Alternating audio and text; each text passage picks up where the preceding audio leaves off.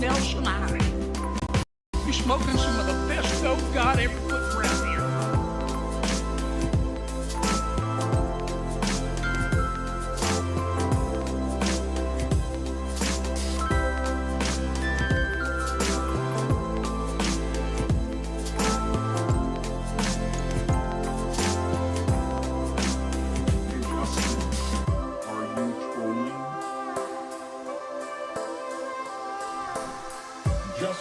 FREAKIN is a formidable voice in the culture.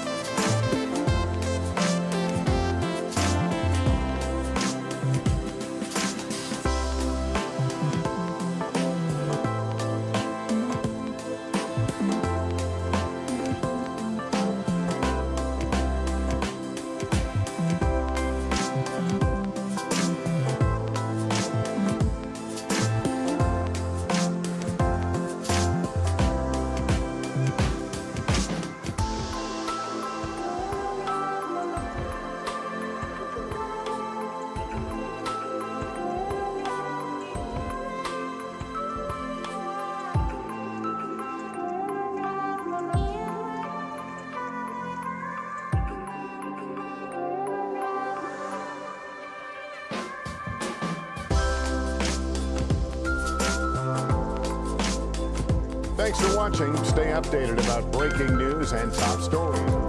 Shut up, Lester.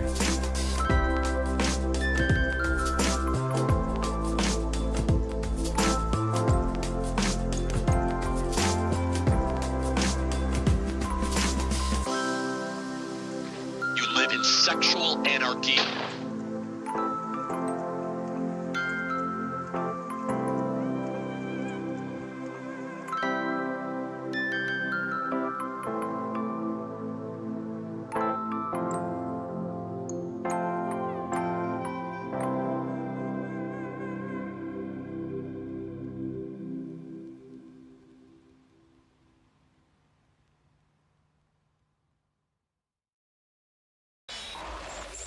This is the Troll Patrol, live with Justin FREAKIN.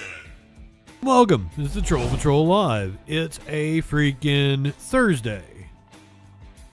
It is also the kickoff of the 4th of July weekend as we celebrate the nation's semi-quincentennial, which apparently all the events are going to be canceled because everyone on the East Coast is under an extreme heat wave.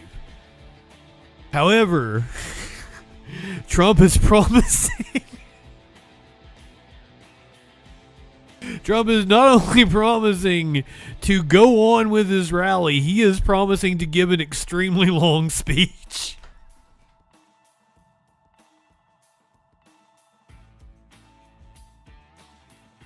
So the conditions are ripe for us to actually see a man croak on live TV this Saturday night under 107-degree weather in a swamp where it's probably going to feel like 120.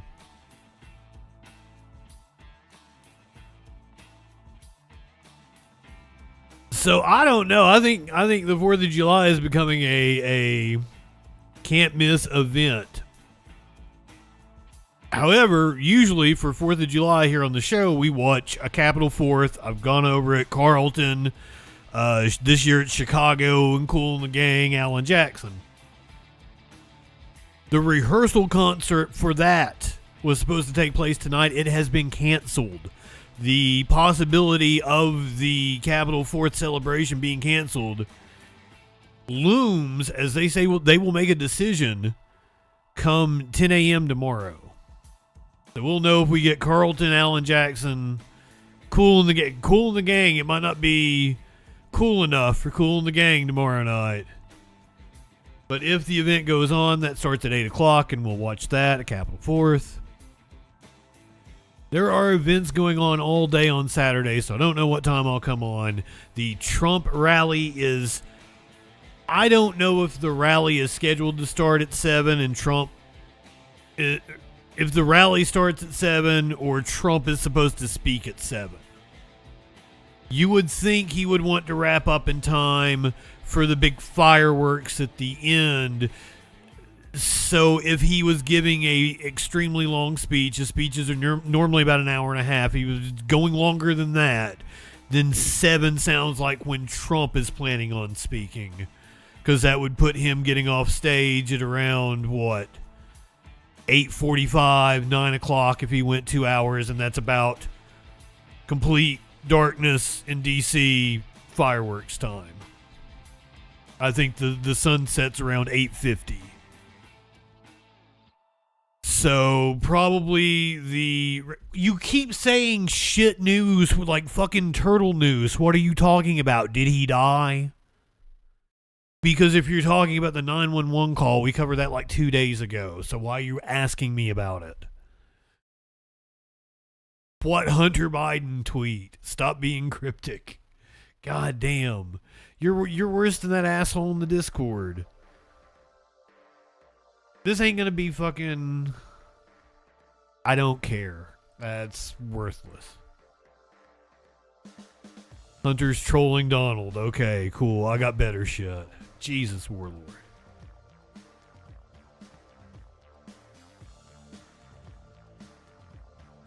Not high enough for this shit.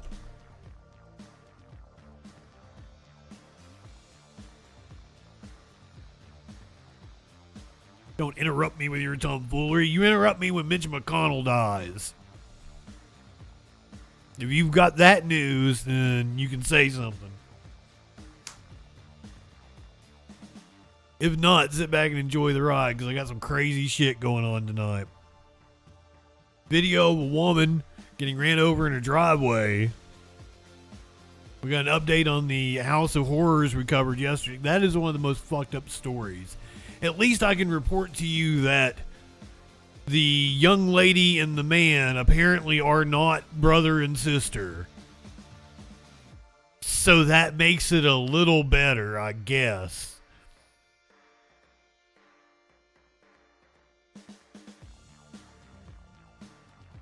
I was worried that that was what was going on, and then they called it an incestuous relationship. 3 girls arrested for throwing a firecracker into a house that caught a baby's nursery on fire.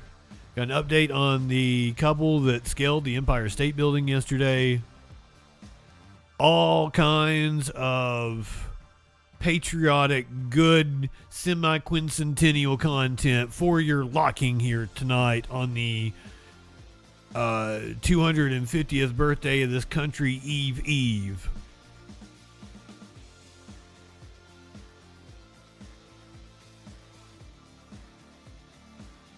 I really like. I've got a really strong what we would call the A block in news, and I would really like to do this all in one go because it all flows together so fucking well. But I don't think I can get it done in 50 minutes. And we've got to watch the debut of the brand new InfoWars coming up at the top of the hour. InfoWars relaunch starts in about 50 minutes. So I would like to watch that with you.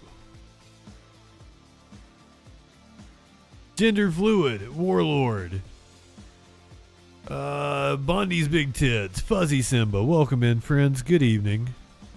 Good to see you all. We are live on Facebook and YouTube. I will let you... I don't know if there's even that many people here right now. Also, I forgot to start recording the podcast. I completely fucked up. I'm sorry, podcast people. I've just been bullshitting, so don't worry.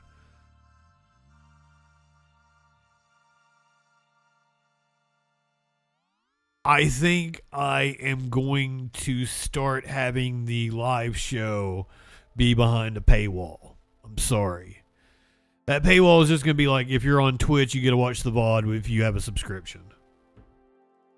If you're on YouTube, you can watch it if you have it's like $3 on YouTube if you have a membership. If you're on Patreon, you can watch it. Like, if you give me any money any sort of way, you can watch it. No, you can watch the live stream. You'll be able to watch the live stream, but if you don't catch it live, you would have to be subscribed to me somewhere for the replay. That's all there is. Still going to put out all the clips and contents and everything. This apparently is going to help me. This is specifically for YouTube. And this is apparently going to help me with the YouTube algorithms. So it's something I'm looking into, and it is probably coming within the next 2, 3, 4 weeks. This mainly applies to Reverse Thread, because I know Reverse Thread gets drunk every night and watches the replay. Because he comments, lets me know like what he thought about certain segments. So like, I'm pretty sure Thread is subscribed, but if there is somebody that like that would be a problem for them, they're like, oh, I would like to watch the replay, like, please speak up, let me know, because I don't know that I am not doing this for any reason to be greedy or try to make more money or anything. It is specifically something to try to help me with the YouTube algorithm and to give people value that do subscribe to me, because it's one of the things that I've felt bad about. Warlord has been a patron for fucking years now, subscribes to the channel, fucking love you for it, Warlord, but like, I don't feel like you get value because I put all my content everywhere. I did not shower today, if I did yesterday, I think. I'm an every other day, every third day kind of showering kind of guy. I don't go outside much. I haven't been outside in days. It's too hot out there. So it's not like I need to shower, right?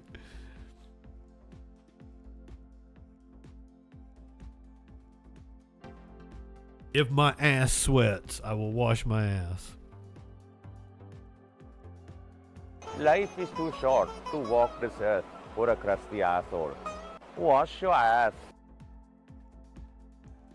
I took a whore bath today. I always take a whore bath. Don't want to stink. Torchy, welcome. Everybody should probably take a bath tonight, though, because it's going to be hot out there.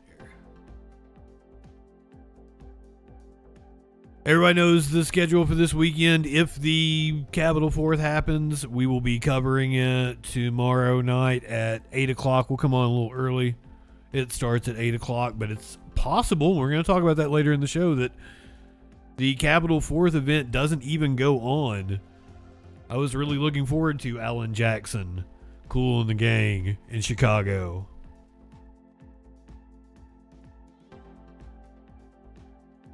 Last night, I think this happened in Philly, a Living Liberty Bill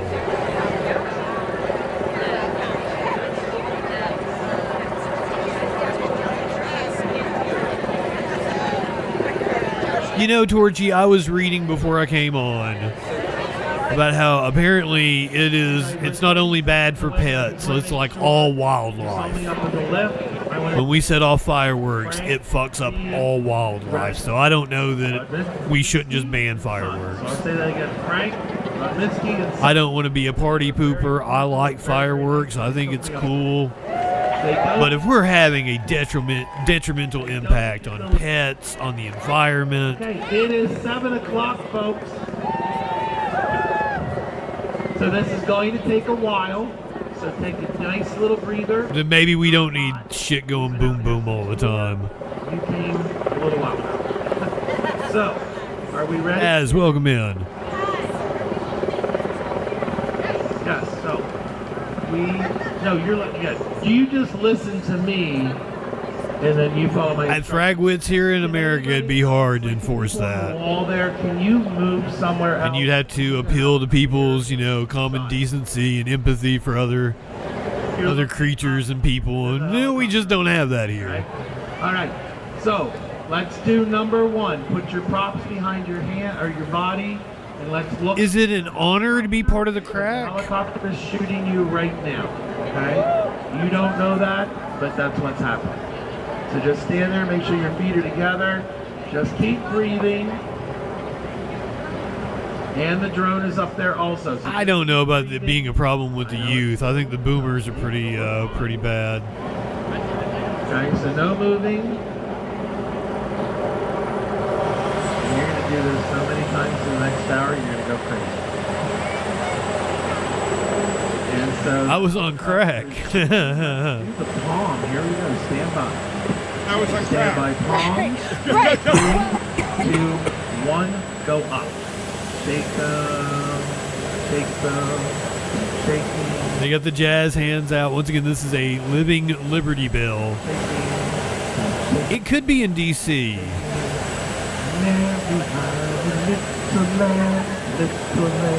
Where did this take place? No, it's in Philadelphia. It's Independence Mall in Philadelphia. Shaking her pom-pom.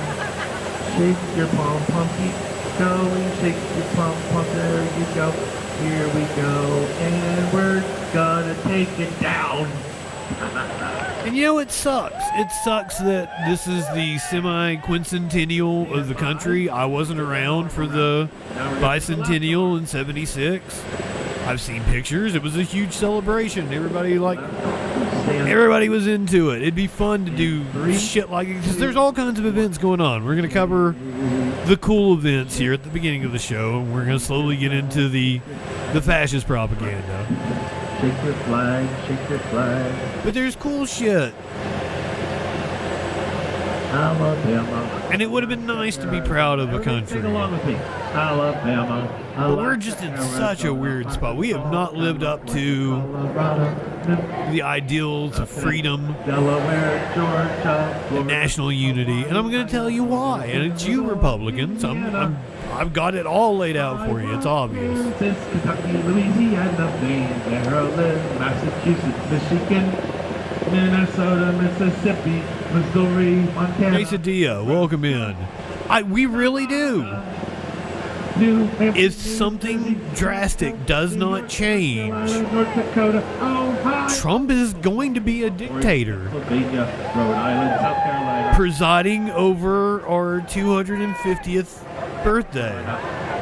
South Dakota, Tennessee. I mean, he pushed the actual Capitol 4th celebration that's meant to be for everybody. Wisconsin, Men, women, children, trans, young, old, everybody. It's for everybody. Chicago, Cool and the Gang, Carlton. It's fun for everybody. Push that to Friday night just stand there. so he can give a speech. From Kerry.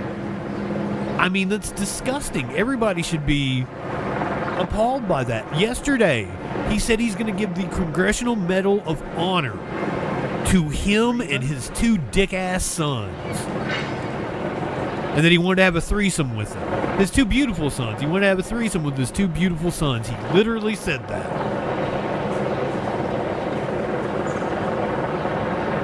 I still can't believe, and that wasn't even the craziest incest story I did yesterday.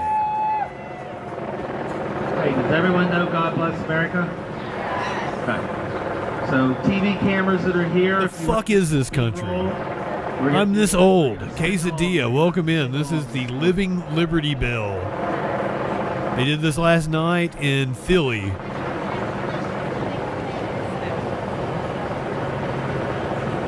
Isn't it an honor to be in the crack?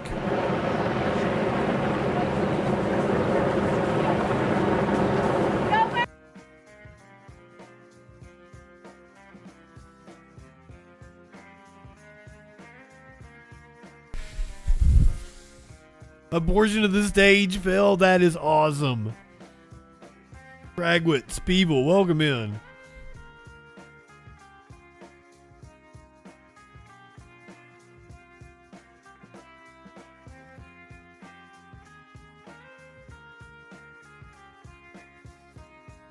Warlord, I'm not sure if Holiday's here right now. I need to check in with him. He had a storm knock over a power line near his house, and some residual effects from that shit. And so I need to check in with Holiday, but Holiday may not be here. Will you shout out Peeble for me? Peeble, Warlord may or may not do it. Depends on how he feels. He's usually a pretty good guy, though. I've noted. I don't want to, because it's like a. I personally don't give a shit if people shout me out when I go in their chat. But it is kind of like a, saying, hey, it's being respectful, showing respect to your fellow streamer and shit. Spreading the love. Deltoid, I am the leftist. Why do you ask? Are you a right-winger? Because we think right-wingers are morons. Why, though? That's a very good question. I'm happy to tell you why. Because when it comes to politics, I actually I want to see people have higher wages. I want to see people have health care. That includes you, my friend. Even if you're not on my side. I think billionaires have way too much power, that people like Bill Gates, George Soros have way too much influence in our society, so I feel like we should tax them out of existence so that they cannot use their massive wealth to influence policy the way they do. Or Elon Musk, he shouldn't suck on the government's teeth the way he does. So I think we should tax them out of existence. I think all the solutions to the problems our country face right now are leftist. Because let me tell you, I used to be the president of the Young Republicans. I was very much a right-winger, but that was in 2000. We lived in a different world then. The prescription to every issue facing this country is leftist policy, 100%. Oh, I'm this old. Did you not know that? It's a funny story because the other people in the Young Republicans Club, they just wanted. There was another guy that actually wanted it, and they were more or less trolling him, denying him the opportunity to be the president of the Young Republicans by picking me, who was like the least engaged at the time.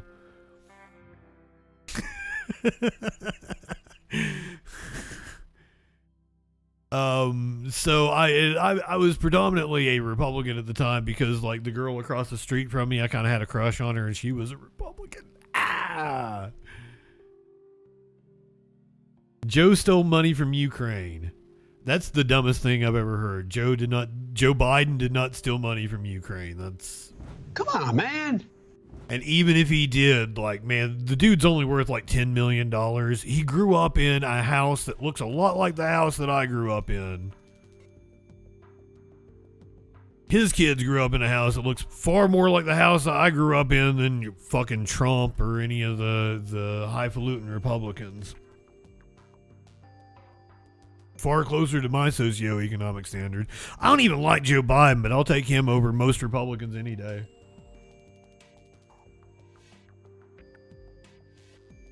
sounds like I had a wild child. Well, saying that the girl across the street from me was a Republican, so that's why I was a Republican. And also, like, if you see pictures of me from high school, I wore slacks and a polo every day.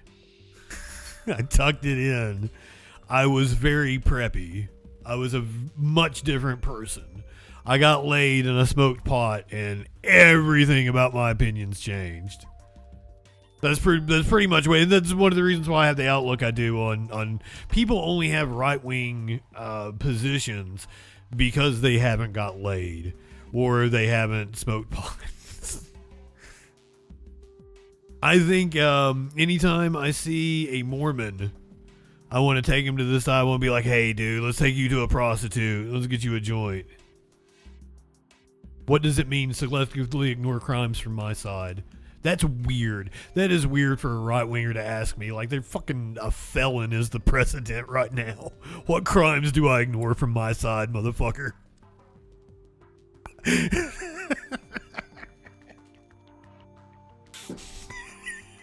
Do you want to have a conversation with me? I take calls. I take Discord chats. Would you like to?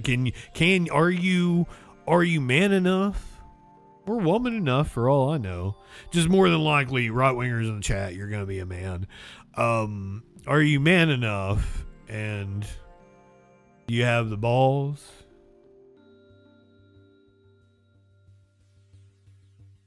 I don't know what you're talking about, man. Everyone in the chat will tell you. I don't ignore anything. We cover I do crime stories every night. I cover every fucking thing.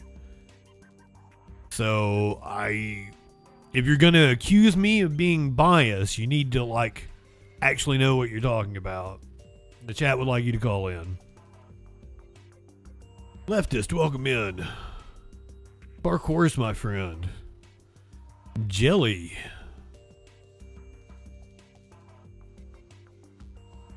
Brother, like, you can't say things like that. We need to know what the fuck you're talking about. You can't go, not real communism. Like, what the fuck? What does that mean? With right-wingers, it's always like you want to play, like, some sort of fucking guessing game. What?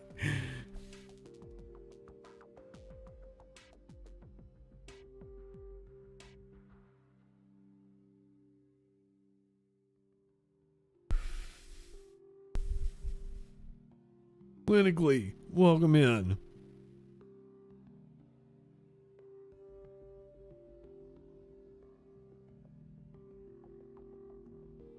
You support the leftist until you say he wasn't a real leftist. The fuck are you talking about? It doesn't make sense, brother. It doesn't make sense. Oh, are we talking about Biden? Biden wasn't a leftist. Biden is a right-wing Democrat. Here's the problem is, like, people in the United States are fucking dumb. Our education. No, he's not a leftist. A leftist is defined by your acceptance or aversion to capitalism. I mean, at best, he's a centrist. He's a right-winger. So Biden is a capitalist. No, leftist has a very specific meaning, and it means whether you embrace capitalism. We have two right-wing parties is the problem. So you think the Democrats are the left, and they're not. But we're actual leftists, not Democrats, though we caucus with the Democrats because objectively, Democrats are better than Republicans. I've been going through this in the Discord today. Like the dude was arguing with me about Epstein. I'm like, the Democrats are objectively better about the Epstein files than Republicans. Why is that? Because every single Democrat voted to release the Epstein files. Only a handful of Republicans, and I praise the shit out of those Republicans. Even Nancy Mace, who I think is very attractive, but I do not agree with on anything, but Nancy Mace voted to release those files, and I gave her props for them. Thomas Massie led the way. Very much a fan of Thomas Massie. Lenny, Flo, welcome in.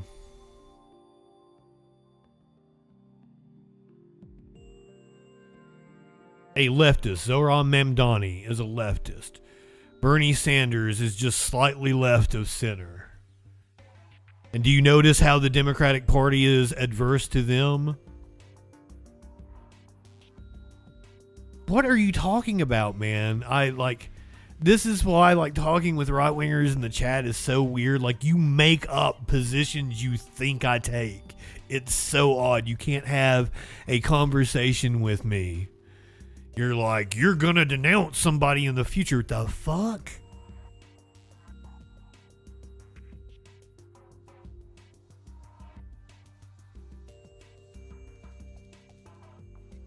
Earlier today at the Betsy Ross house, they raised the flag Why, thank celebrating our semi-quincentennial.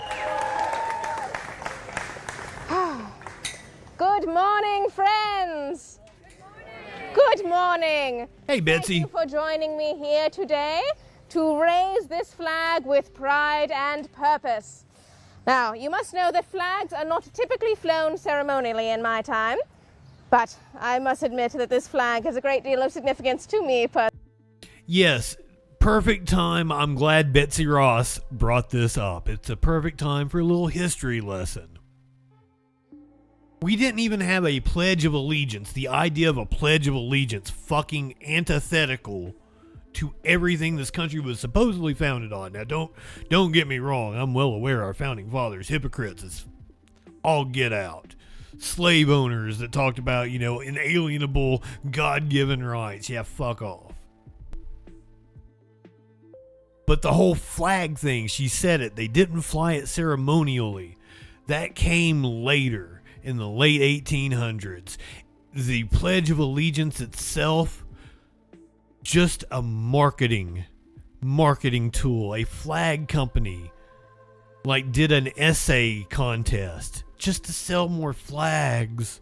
That's where the pledge comes from. It's insane. But thank you, Betsy, for bringing it up. Personally, as I sewed its stars and stripes, I envisioned a nation in which all could live freely. Let us honor those who have fought for our liberty and those who continue to uphold our ideals of justice and equality. Perhaps I could have a few young volunteers to help me raise the flag. Yes, friend? Perhaps another little one? Yes, those two. Lovely. Thank you very much, friends. I'm going to... one of you guys will step up, and then one of you will be at the bottom of her. Yep, perfect. And do one of these. Notice this is the colonial flag. It has 13 stars. That's going to come in to play here in a little bit. This corner right here is for you. Perfect. All right, friends. It is a long flag. And I'm going to hand you the top corner. You can find it there. Whoop. And can you grab that lower corner, please? Thank you very much. Now, if you could spread all the way down so our flag is at its full capacity. Do not tell the children to spread. Very well done, friends. It looks quite nice, does it not? Why, thank you. Now, friends, as we hoist this flag high, let it remind us that we all can carry freedom's torch forward for future generations. I hope you will join me in a hip hip huzzah as the flag is raised. Now, friends, hip hip huzzah! Hip hip huzzah! Hip hip huzzah! Very well done all, and thank you. Good day and welcome to my home. Thank you, Betsy.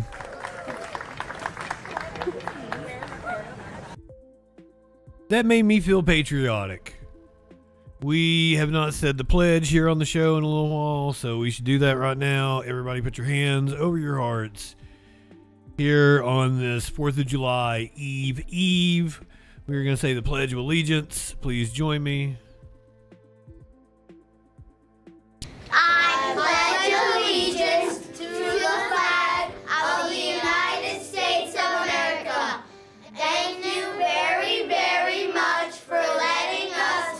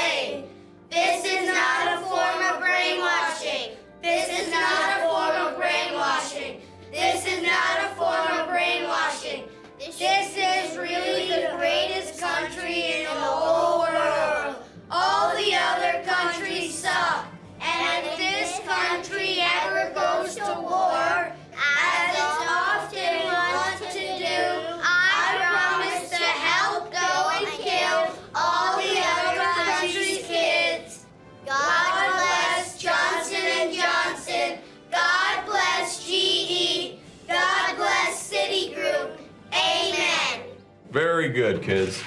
Now come and get your Ritalin. That just feels like it's from a different time, though. That is a commentary on a country that doesn't exist anymore. I wish that country existed, and it was very fucking flawed. We wish we could go back to that. I feel like we'd be closer to my ideals of what the country should be.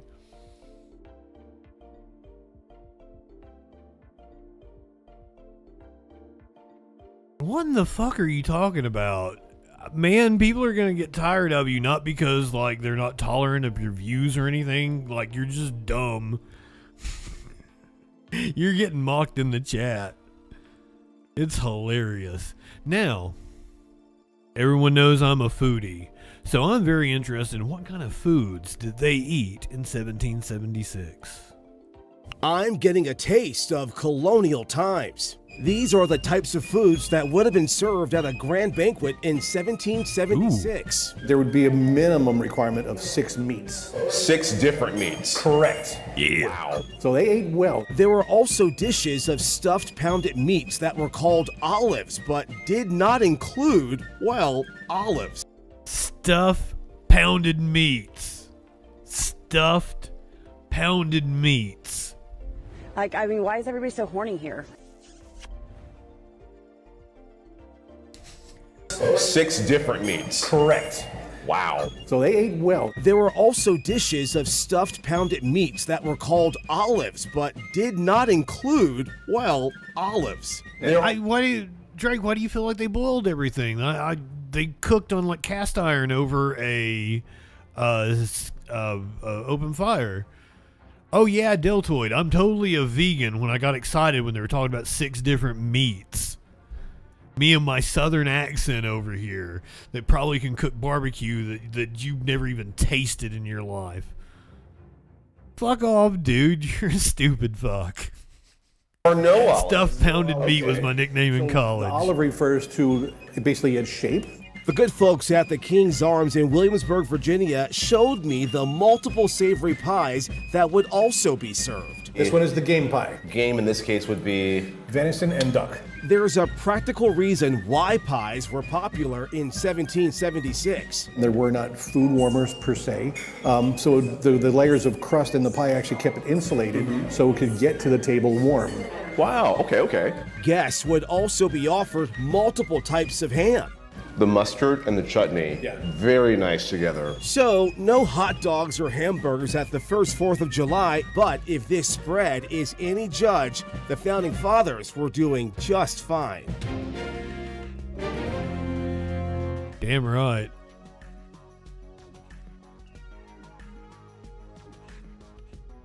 Man, if you want to have a discussion with a leftist, 917-830-4359. You can call in. You can get in my Discord. You're more than welcome to have a discussion with a leftist. You should understand that you don't know what a leftist is or believes or anything. You clearly have some misconceptions. And instead of telling me what you think I believe, you should try asking. Where's the tolerance, buddy? I did. This is the problem with people like yourself. Like, you don't listen. You don't take it in. What did I say when you came in here? I talked about higher wages, health care. I talked about taxing billionaires out of existence. Media Winch, welcome in. Who else snuck in here on me? Flo? Igloo, my friend.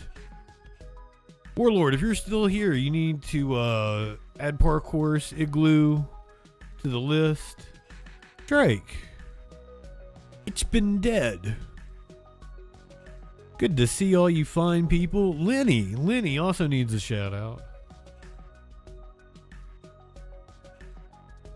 Torchy, did I give you a proper good evening?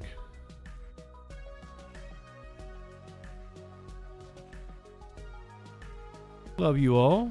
Welcome in. We're about 19 minutes away from the launch of the brand new InfoWars. Are you guys excited? Let me see if I can pull up the trailer here real fast.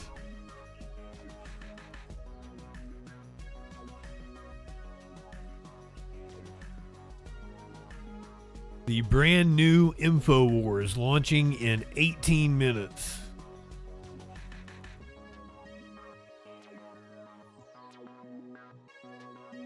Ah, fuck. This is the link to the stream.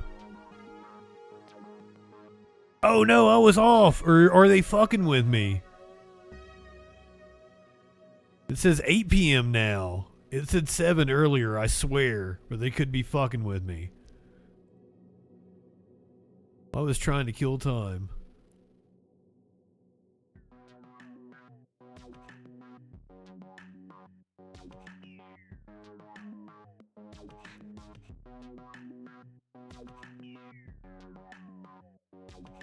Here's Heidecker. They've got several different trailers hyping the brand new InfoWars here. I'm your host, Tim Heidecker. We have officially taken over InfoWars now. This is a new dawn. You think that Alex Jones gorged himself on Whataburger? You're saying 5 triple cheeseburgers and how many fry boxes? They know more than you, and yet you don't provide any evidence. So I think you're the one that's full of shit. Fake news sites are going to be running with this wild. They're going to be running wild with this story. We have leaked video now revealing that Alex Jones... Sorry, I thought I muted myself there. I'm your host, Tim Heidecker. We have a...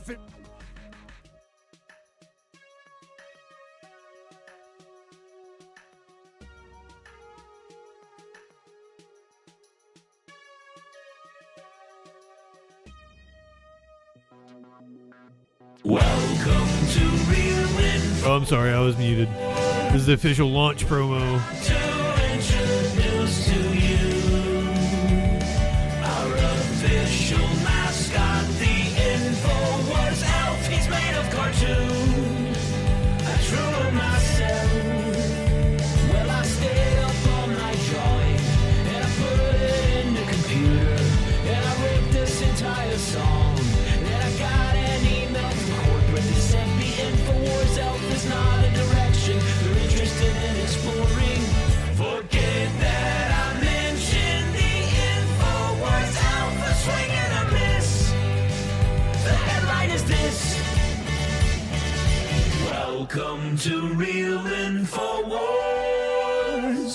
The InfoWars elf was ahead of its time. Let's move past this moment and into the light. Welcome to the Real InfoWars. New and improved InfoWars. Welcome to the Real InfoWars. New and improved. They've got a whole thing online clinically. You're not supposed to share screenshots of the elf. They're doing this so well. Welcome to Princess Kimberly.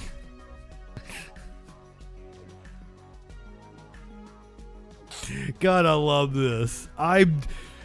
This is so great. I can't believe the Onion owns InfoWars. This is going to be like when I lived to see Elon Musk be dead broke. I think it's going to happen. It's that kind of poetic justice.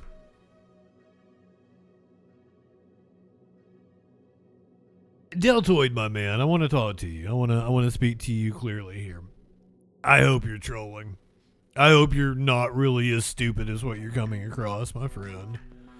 But here's the thing, is I talk to so many right-wingers. I interact with so many right-wingers. I honestly believe you guys really are that dumb. And it worries me. It worries me how fucking dumb this country is.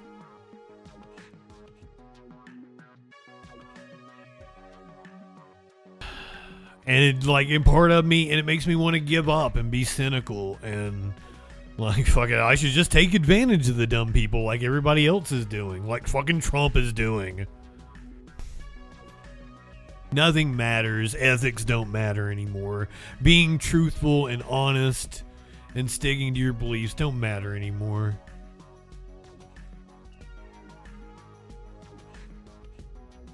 This is the United Grifts of America is what this fucking is. Everything in this country is just a scam held together by a grift of a scam. The entire fucking economy is a scam.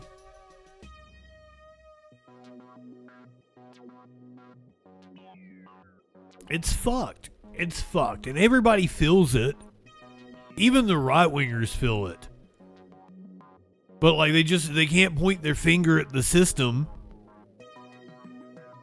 They've spent too long upholding the system. They now got everything they ever wanted, and the country is worse than it's ever been.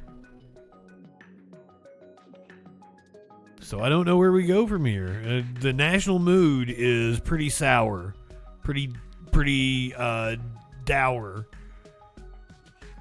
Here is historian John Meacham to tell us about it. Welcome back to The Takeout. Welcome to The Takeout Tavern. Historian John Meacham is serving as the National Constitution Center The Takeout Tavern. He's got alcohol. Shit. The nation's 250th birthday. I spoke with him about the festivities and how Americans are feeling about it all. Here's some of our conversation. John, I'm going to give you some numbers in a minute from some recent surveys nationally, but one of the big takeaways from a collection of surveys is America seems to feel somewhat ambivalent about its 250th anniversary. Why? Ambivalent is an understatement. I think that it's about the political divide, and there's an irony at work, which is that even the people who are in power are not particularly happy, which tells you something about the motive force behind that particular political movement. At the moment, you know, we've had 3 presidential elections since 2016, and they have been about grievance. They've been about fear more than hope. You know, part of the MAGA movement, and this is not a partisan observation, it's just an observation, is driven by this sense that the country is slipping away, that the culture is cracking up, that it requires an immediate. And I'm gonna be perfectly frank about it. When he is encapsulating it and he's saying it very eloquently, but when he's saying the people think the culture is slipping away, the country is slipping away, they mean white, straight Christian. A specific group of people think this country belongs to them. White people, hetero people, Christians. The biggest hypocrites on the planet, and it doesn't. This is supposed to be a multicultural, diverse country. That's our strength. That's the beauty of the country. To the barricades kind of reaction, this constant drama that we all live in. And that doesn't create happiness. It creates a kind of political bloodlust, which is different than satisfaction. And then if you're on the other side of the equation, you think the world's going to hell. So, but it's perfect for grifters to make money on the internet. If you are keep people scared, keep them grievance porn, all day, every day, Chaya on Libs of TikTok and the million other right-wing accounts that just flood constantly with posts like. It'll just be somebody's video. It'll just be like some teacher with rainbow hair, and they just repost the video, get millions of views off of this person's innocuous video. Like, look at this crazy leftist, ha ha ha. It's odd. It's the weirdest thing I've ever seen, and it worries me as a communications professional. It worries me. Naps with Cat, welcome in, friend. So I think those are even if you're winning, you're not happy. And if you're losing, you're really not happy. Gallup found that 77% of Americans say they believe the founders, viewing what exists today, would be disappointed. You know, yes, the founders would be disappointed because they'd be like, who gave the blackies rights?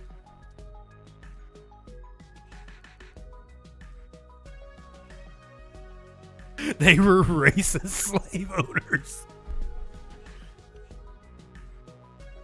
He would be very disappointed. But not for the reasons that I think Major is implying. I think they would be surprised it took this long.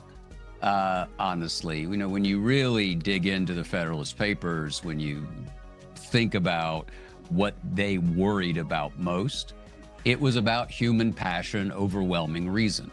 It was about what Hamilton called force and accident overwhelming reason and deliberation, reflection and deliberation. Abraham Lincoln's first great public speech in the late 1800s. Oh yeah, there were abolitionists among the how founders. a towering genius could rise among us and become a demagogue. And so the checks and balances of the Constitution, the check on our appetites and our ambitions, you know, it was designed for moments like this. The key thing is that this is also, it's not just a question of the substance of the Constitution. It's also about the spirit, because you can't write down a law that absolutely covers everything. So people, you know, people like you and me use the word norms and customs, and sometimes people roll their eyes. But you know what? What we mean is just doing what seems the commonsensical right thing to do in accordance with those documents. And John, on the optimistic side, I have to believe that if the founders knew we'd made it 250 years, their first impulse would be fantastic. Yeah, I mean, Jefferson thought every 21 years we'd sort of rise and fall, or there would be a revolution. I think it would surprise them. Kind of does. That, there are so few amendments to the Constitution. Yes. But, you know, when you say something like that, you then have to step back and realize it would surprise them that there are 50 states. Right. They were working in a much smaller context. And so until 1802, 1803, when Louisiana joins, when we make the Louisiana Purchase, you know, it's still a pretty self-contained continental country. And I think they would be proud, and this is, I know, a sort of overtly pro-American sentiment. It is not universally true, but I think it is true over the long history of mankind that as an empire or a near empire, we have been more pacified than others that came before us. That is to say, we did not look and seek conflict. We engaged when necessary. In certain aspects we did, but I think the founders might be proud of that. Yes, I think we have been. Now, of course, the traditional American left would. Yes, I know that. Yeah, it would explode. But I think fundamentally that's right. As John Quincy Adams said, you know, we've not gone in search of monsters to destroy. And that's cut both ways, right? Our isolationism has helped feed that pacific nature you're talking about. It's also made us too slow sometimes to actually confront monsters who are out there. The 1939 to 1941 period in particular. Classic example of that, yeah. Right? You know, we didn't declare, if you ask most Americans what's the greatest thing we've done, I think you'd get abolition of slavery and then probably the Second World War. But I don't understand why you would say that, like, the greatest thing we done was the abolition of slavery. Like, it's a scar, a stain on our history that we had slavery for as long as we did. It's not a plus. It's not a bonus. It's not a hey, good job to get rid of it. That's stupid. Didn't declare war on Nazi Germany until Nazi Germany declared war on us 5 days after Pearl Harbor. So, it's proof that Churchill was right, that you can always count on the Americans to do the right thing once they've exhausted every other possible. And we didn't defeat the Nazis either. You can listen to my full conversation with John Meacham on your favorite.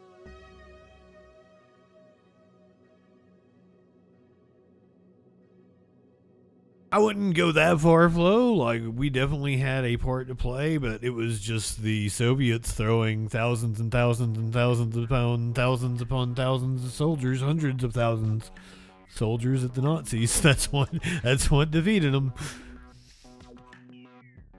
That's why one of the reasons why I am a little hesitant about nuclear power. I'm not against it. It's like who is running the nuclear power, because I don't trust like a private entity to do it. I don't really trust America to do it. Like when Chernobyl happened, there were Russians, Ukrainians that volunteered, and they saw it as their noble duty to go in and help clean up, and we just wouldn't do that in America.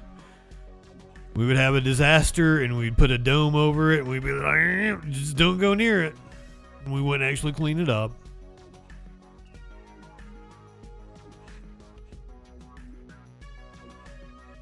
So I'm not against nuclear power. You have to talk to me about who the fuck is going to be running it, because I don't trust a private company to run a nuclear power plant. Don't know that I trust the American government to run a nuclear power plant. Chinese probably. And China can run them all day long. I think they're pretty apt about it. Maybe, I don't know. There might be something hidden over in China about their nuclear program I don't know about. Some shit they've covered up.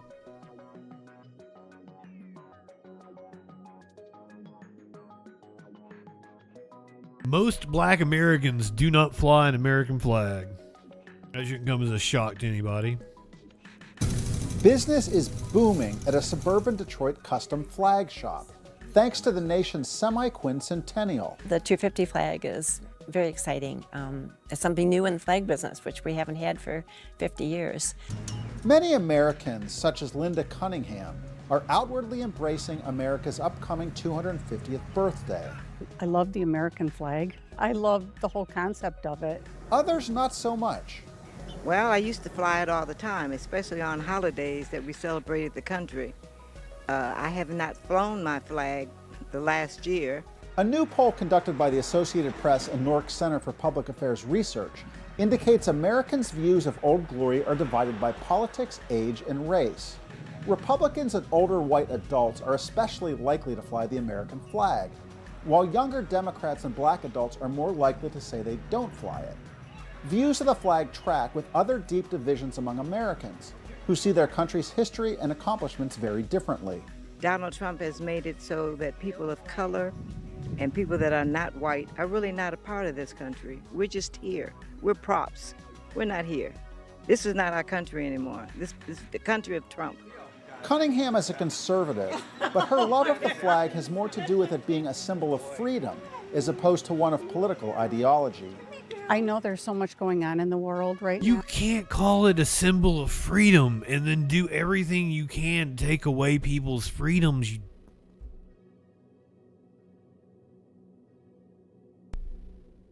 God. And I know everyone has their own views, and I'm just sad that politics have to be brought in to the flag and the meaning of it. Regardless of one's feelings about what the because you weaponize it. American flag and banner's owner is certain of one thing: it's unique and recognizable. If you polled the world, I think anyone over 12 years old recognizes the U.S. flag. Yeah, because they've been bombed by it.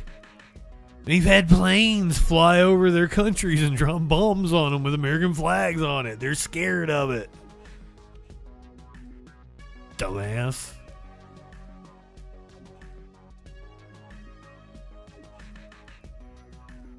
Not a good thing. People are aware of the pirate flag as well.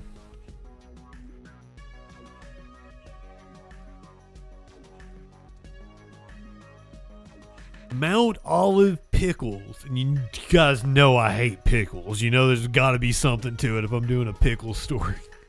Mount Olive pickles.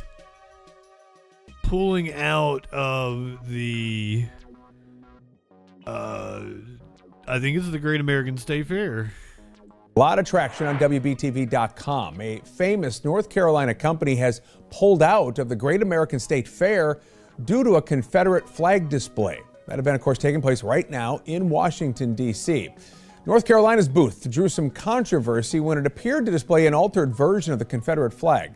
Well, over the weekend, Mount Olive Pickles released a statement saying it didn't know that was going to happen and will no longer participate.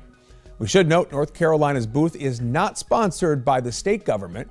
Governor Josh Stein, though, did release a statement saying the Confederate flag does not represent the state. You wonder why black people might not be too keen on flying the American flag.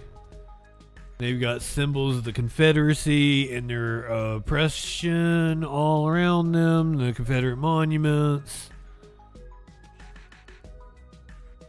And then the White House, Trump does something like that. Was it the White House? It was Trump on True Social. Posted this golden eagle. It is an AI generated image of a golden eagle.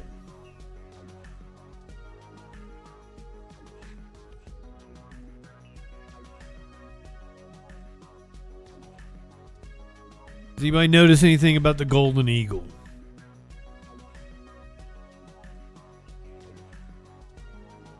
It's very Nazi looking, but that isn't even what we're talking about. It is spread eagle. There is 1, 2, 3, 4, 5, 6, 7, 8, 9, 10, 11 stars. There is not 13 stars. The original American flag had 13 stars for the 13 colonies. The 11 stars represent the Confederate States of America. This was on purpose. Now, Trump himself might not have known that. He's probably too stupid to know that.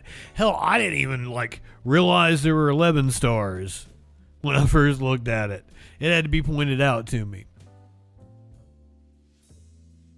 But there are absolutely people in his administration that know exactly what they're doing, because we see it all the time. They fucking shitpost. And it's all Nazi shit. They are straight up trolling Nazi shit at us. And here is the 11 stars representing the Confederate States. And you wonder why black people might not want to fly a fucking American flag.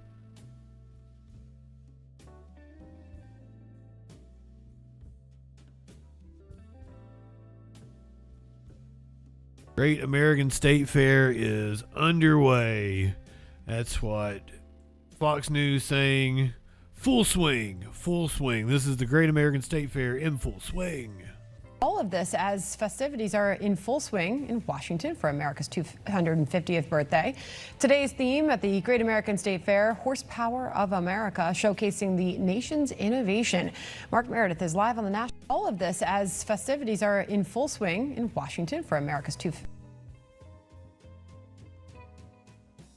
Now you may say, Justin, that was early in the day. More people filed in. No, that was 1:29 p.m.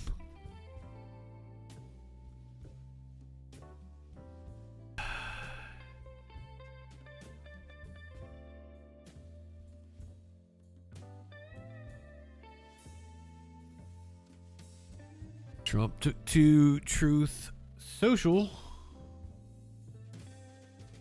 Do you think people appreciate what a fantastic job we did in building and operating the Great American State Fair at the National Mall, packed with happy people and everybody loving it? Ask yourself this simple question. Do you think that Obama... I didn't notice it said Obama.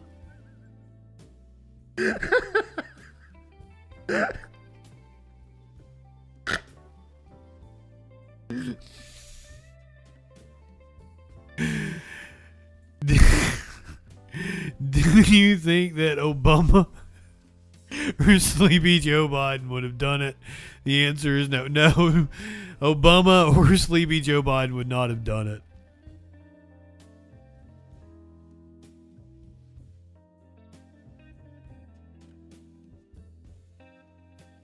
I watched a guy's YouTube video that went to the history booth they had, and it was all AI and powered by PragerU. Everything was powered by PragerU. And he asked a very good question because, like, the amount of money that was donated for that or allocated for that was astronomical, and then they got stupid AI that took no fucking money whatsoever. So who stole all this? And were people actually impressed? What do you think of all of this? Not much. Not much, and I've been to state fairs all throughout the United States. This is terrible. And how so? It's a program-length advertisement for the president. It's interesting. It's very interesting. I've never seen anything like this before, for sure, in my 27 years of living in Virginia and living near the D.C. area. And does anything jump out at you? No, nothing. There's no cows. There's no sheep. There's no goats. It's not a state fair without animals. There's a butter That's cow, true. I'm told, at least in the Iowa booth, maybe. Or... It'll melt by tomorrow. I'm totally underwhelmed. It's part political. That arch over there is, I think, promoting one of Trump's vanity projects. I compare this to the Smithsonian Folklife Festival that they do every year, which is wonderful. Really, talks about different cultures and countries. This is so bland, but I had to come down and see it. The multiple stages at the event were largely empty.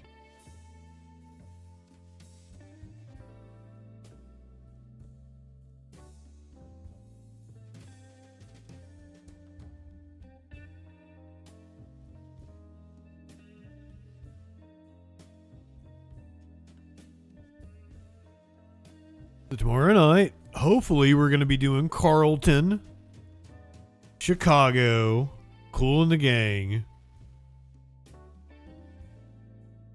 Yeah, I just wasn't talking. I was gathering my thoughts. Let's get the next video ready. We're doing Chicago, Kool and the Gang, Alan Jackson, Carlton. The Capitol 4th, only it's happening on the 3rd. If it happens, I don't know that it's happening or not.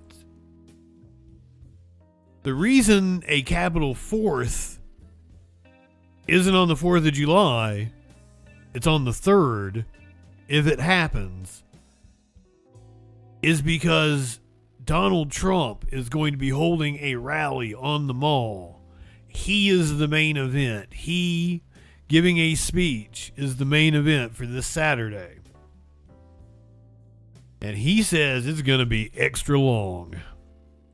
One on my right is slightly better than the one on my left. The one on my left is a waste of time. It's a little like politics. The one on my right is a little bit.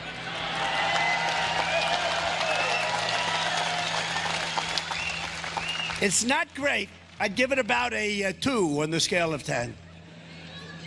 And this afternoon, I'm pleased to announce that through the National Endowment for the Humanities, I'm going to watch him. You guys can watch him with me. Library $750,000 to support the opening exhibits during the first year. So they're getting a nice check. Getting a nice check. And as you know, this week, Americans all across our nation are filled with joy and excitement and anticipation as we prepare for one of the proudest moments in our history. 250 years, think about that. 3 days from now, we will celebrate the 250th anniversary of the signing of the Declaration of Independence. What a document that was.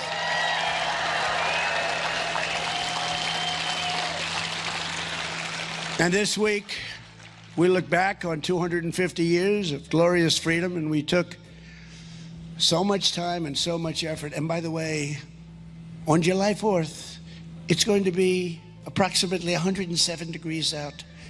And I'm going to go and I'm going to make a really long speech just to show that I can do anything. It's going to be 107. Listen. This is an 80-year-old man who is in piss poor health that people have been speculating that he is on some sort of terminal illness drug. that eats McDonald's every goddamn day. It's going to be 107, which probably means it's going to feel like 120 in the swamp in Washington, D.C. And he is saying right here, because I can do anything. Don't tug on Superman's cape. I'm going to be watching on Saturday night, because if there was ever a chance that this man was going to drop dead on live TV, Saturday is it. He wants to give a 2-hour speech in 170-degree weather in the middle of a swamp. This is like that time that Ric Flair wanted to have another match because he wanted to die in the ring. Just cool off by taking a dip in the algae pool.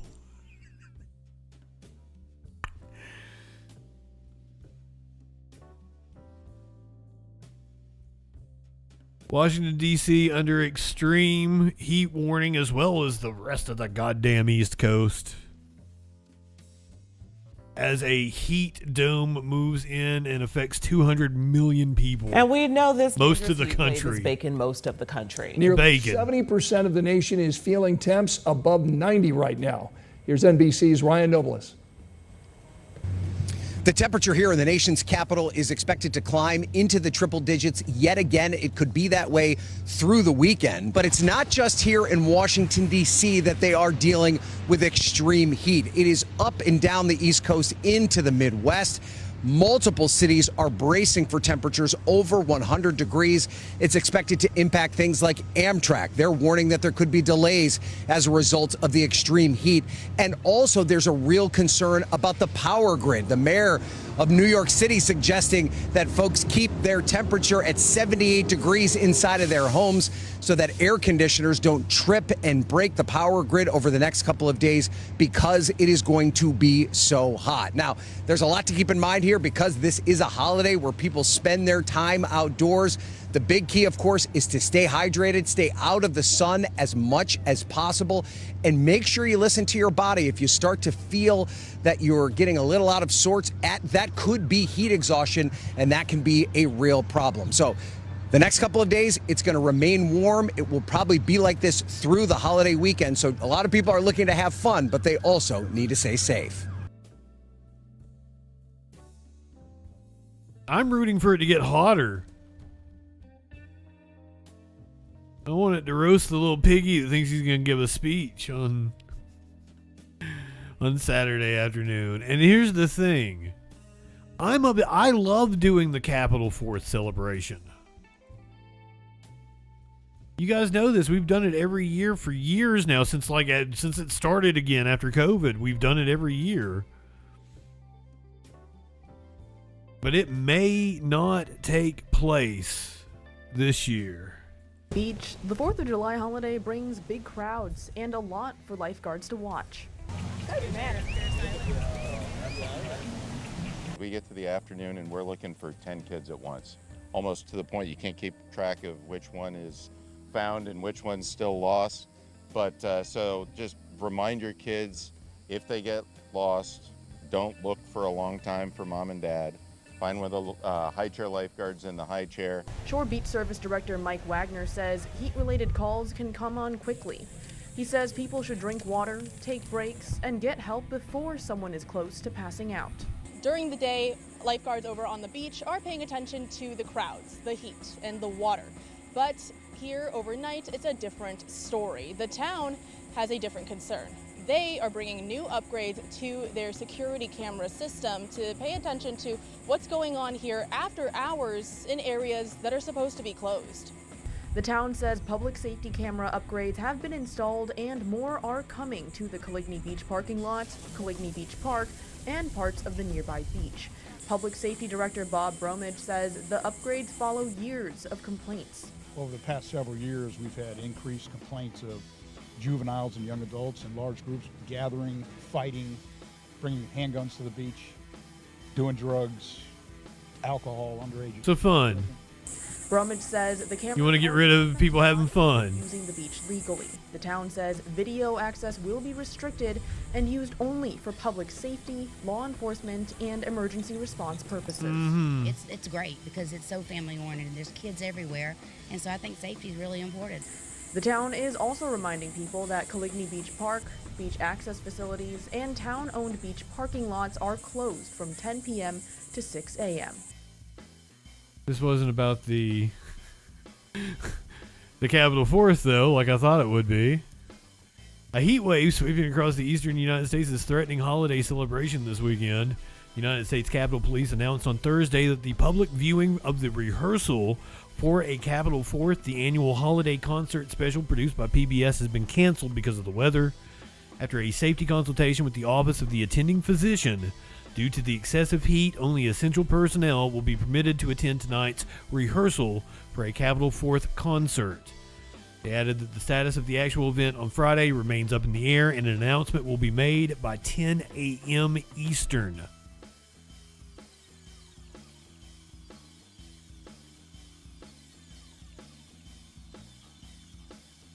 I've been talking about it for like 2 or 3 weeks now. I enjoy the event. I hope it doesn't get canceled. But I also don't want to see Carlton pass out.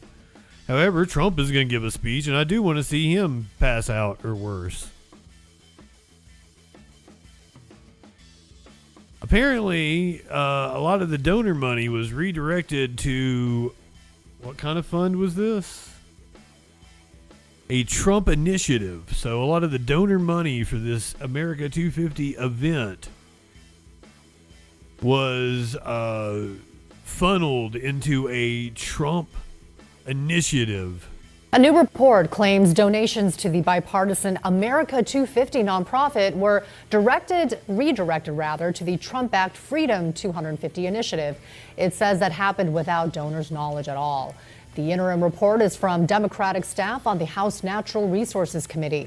It suggests, if the allegations are true, that they would constitute wire and charitable solicitation fraud. Freedom 250 is a White House-created task force heavily associated with the Trump administration. America 250 is a congressionally mandated nonprofit to help plan nationwide non-political events. None of the organizations involved in these allegations have responded for comment. I mean, is anyone surprised about that?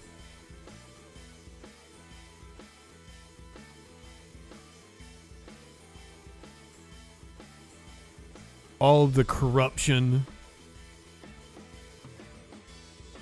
the deaths caused by his stupid war, the price gouging we're seeing as a result, he absolutely needs to be fucking impeached. And this is an active duty Air Force major who has now got himself arrested. And I assume kicked out of the Air Force for calling for this motherfucker to be impeached. But good on him. My name is Jason Watson. I'm an active duty major in the United States Air Force. However, who I am is immaterial. In the grand scheme of things, I'm just a nobody. What matters far more than who I am is what I have to say and the price I'm willing to pay to say it. I, Jason Paul Watson, do solemnly swear that I will support and defend the Constitution of the United States against all enemies, foreign and domestic. That I will bear true faith and allegiance to the same. That I take this obligation freely without any mental reservation or purpose of evasion, and that I will well and faithfully discharge the duties of the office upon which I'm about to enter. So help me God. I first swore this oath over 20 years ago upon entering basic cadet training at the United States Air Force Academy in late June of 2005. I've repeated it many times over since then. The oath of office means everything to me. It is foundational to our system of governance in the United States. The oath ensures that officials of our government owe allegiance not to any individual or political party, but to our Constitution and the democratic republic it represents. Our Constitution binds us all together as Americans. Like countless veterans before me and military members serving now, I have devoted my life in service to our democratic republic, always doing my best to honor my oath and protect America against foreign threats. But the greatest threat to our democratic republic is not a foreign one. It is us, we the people, not just the left or just the right or just the center, all of us together define who we are as Americans. And like it or not, we have all played a part, myself included, in getting ourselves into this mess we are all in. The burden of that culpability is much heavier for some amongst us than others. Undeniably, and for those with a lion's share of guilt, such as those currently running the executive branch of the government, the bill must come due. But all of us have a share. For the past 18 months, we the people have allowed the highest levels of the executive branch of the federal government to violate our Constitution and their oaths to it with impunity. When the President of the United States orders military action against foreign... That little pause there, I assume, is because, like, that's where he crossed the line. That's what officially got him kicked out of the Air Force. I assume he gets court-martialed or whatever. I don't know exactly what the process is. We're going to read from the Military Times here in a second. We might find out what the process is once he gets brought before whatever tribunal or court it is, court-martialed. He was arrested, though, after this. I've got footage of that. Countries, absent an emergency scenario where American interests are under imminent dire threat, as was done with Venezuela, Cuba, and Iran, that's an unconstitutional usurpation of Congress's authority and a violation of the War Powers Clause. These violations resulted in the deaths of 13 service members and injuries of hundreds more. For this, the president and vice president must be impeached, convicted, and removed.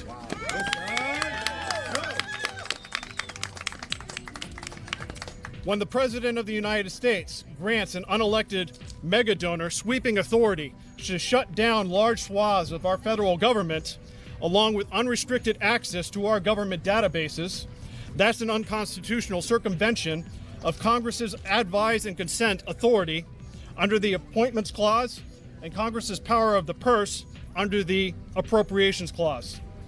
These violations exposed every American's personal sensitive data to leaks and exploitation, illegally terminated tens of thousands of federal civil servants, and crippled support for Americans for medical care and disaster preparedness, and by far most tragically, resulted in the deaths of hundreds of thousands of the world's most impoverished people with inhumanely abrupt cessation of U.S. aid.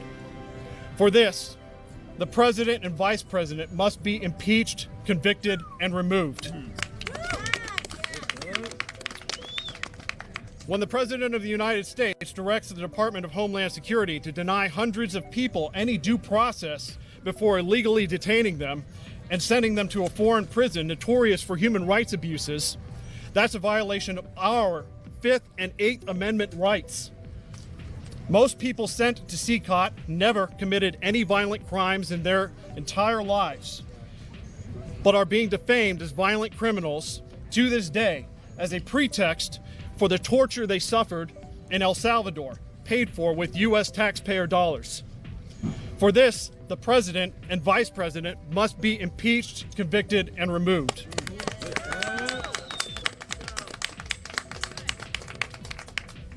When the President... I want to point out how it was kind of difficult for me to find the whole version of this. Most clips I saw of this went up to like when he started criticizing the president, does not go in him laying out the case against the president and saying that he should be impeached and removed. I find it odd that like that part gets left out where the dude eloquently makes the case of why the president needs to be impeached and removed, and the vice president. Lenny, thank you for throwing out the gift subs, my friend. You are awesome. The President of the United States sponsors violence on the American people, engaged in their constitutional right to peacefully assemble and protest. That's a violation of our First Amendment rights. Pastors praying for DHS agents violently attacked without provocation. A legal observer losing an eye after being shot with a non-lethal by an ICE agent. A woman attempting to follow chaotic and contradictory DHS agent instructions fatally gunned down. A subdued man that posed no threat fatally shot after having his unbrandished firearm removed, with statements by high-ranking cabinet members also violating our Second Amendment rights.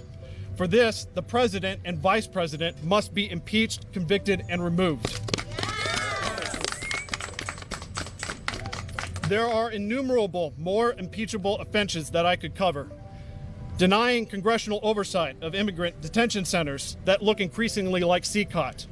Suing institutions like media, colleges, and law firms for billions of dollars while abusing the authorities of the executive branch agencies to extort settlements. Being a goddamn pedophile. To advertise products on the White House front lawn. Trading pardons for donations. Levying illegal tariffs. Weaponizing the Department of Justice against political adversaries while ignoring crimes of supporters and enablers. Attempting to reverse birthright citizenship through executive order. For all of these high crimes and misdemeanors, And being a goddamn pedophile. Add that one to the pile. Impeached, convicted, and removed.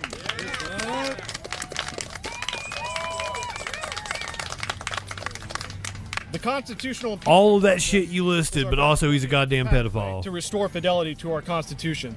This is why I'm here, standing in solidarity with Representative Green. I'm not here because I'm a Democrat or because I share his policy positions. I'm not a Democrat and know next to nothing about his policies. I'm here with him because Representative Green is the only member of Congress that has demonstrated the courage and conviction to invoke Rule 9 and force a vote on articles of impeachment.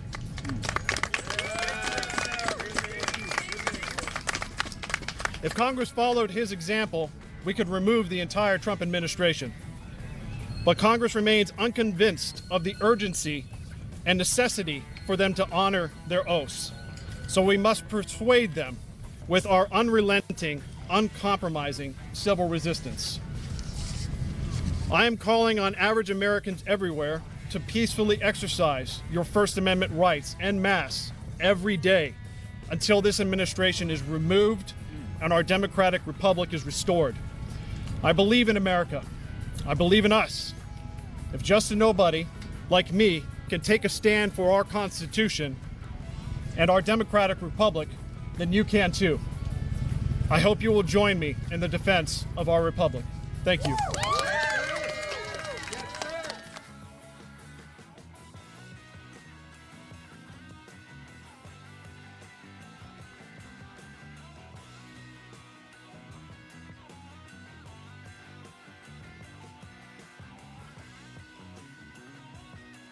He got arrested on the Capitol steps. There you can see a picture. That goes hard. That's one for the history books, isn't it? U.S. Air Force Major was arrested Wednesday for protesting alone on House steps as he called for the immediate impeachment and removal of President Donald Trump. Major Jason Watson was arrested by Capitol Police officers at approximately 1:15 p.m. local time for demonstrating on the House steps without a sitting member of Congress, Capitol Police told Military Times. So this was on purpose. Watson, an active duty service member with a military career dating over 20 years, walked halfway up the steps of the House to its chained railing to hold a sign that read, "Impeach, Convict, Remove." Watson was first escorted to the bottom of the steps by Rep. Al Green, who then left the area, causing the officers to arrest Watson under the 22-1307 crowding, obstructing, and incommoding.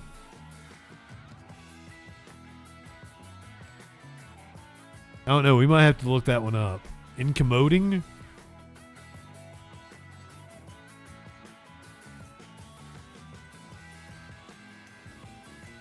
Incommode. Incommode. Incommode. Incommode. Something troublesome or inconvenient. Incommode. So being troublesome or inconvenient on the steps of Congress. When the member of Congress left the area, our officers gave the man lawful orders to stop the illegal demonstration or he would be arrested. That man refused our lawful orders. The spokesperson highlighted that there are other areas on the Capitol where demonstrating is allowed. Watson stoically stood wearing his uniform on the steps for roughly 1 minute before officers approached him. We do have the video footage.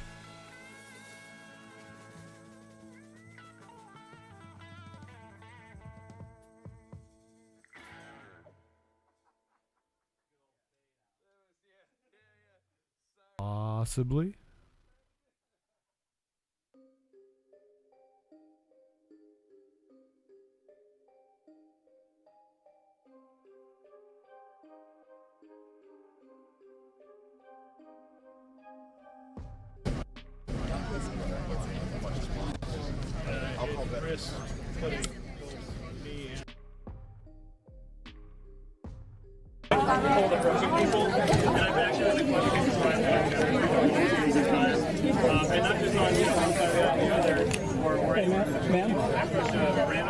Okay, so here we are. There is Green walking away from the stairs. It's from Jessica Denson's channel. She was apparently there on the scene.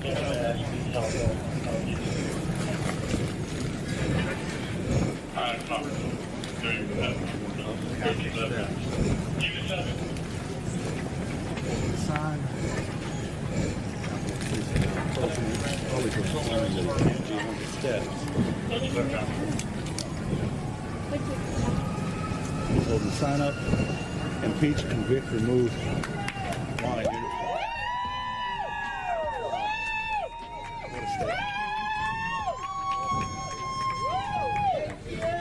Yes! Thank you! Thank you! Thank you! They all need to grow a set and get him the hell out! Put him in jail where he belongs! Put him in jail where he belongs. Really save our country! He's not a fit commander-in-chief! All of them! Work at McDonald's! They're illegal! Impeach, convict, remove! Impeach, convict, remove! Impeach, convict, remove! Impeach, convict, remove! Impeach, convict, remove! Impeach, convict, remove! Impeach, convict, remove! Impeach, convict, remove! Impeach. You know what? I'm glad we've got this to be proud of on this 4th of July weekend. This makes me proud to be an American. Yep, they're going to take away his health care and his pension. He might even have to serve time. This is what a fucking patriot looks like.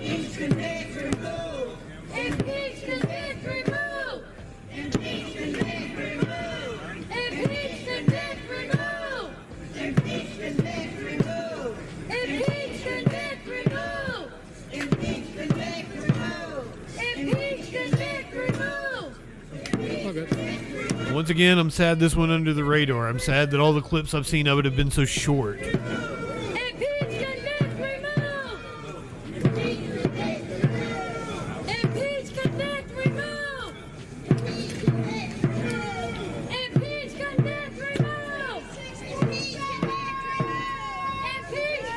No, the pedophile's not going to get arrested. No, this guy's going to get arrested. Man that has served this country honorably for 20 years. True sacrifice. Something Trump has never known.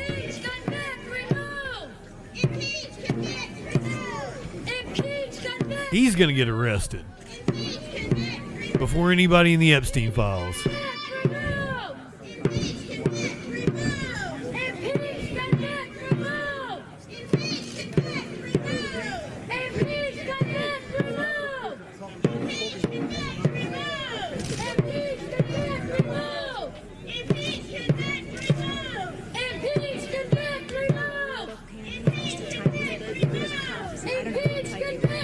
again, this is a planned act of civil disobedience.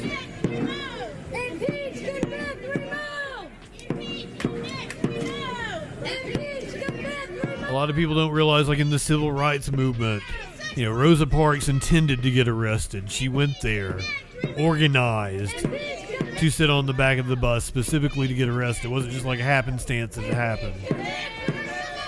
This is true civil disobedience. He did this specifically to be arrested.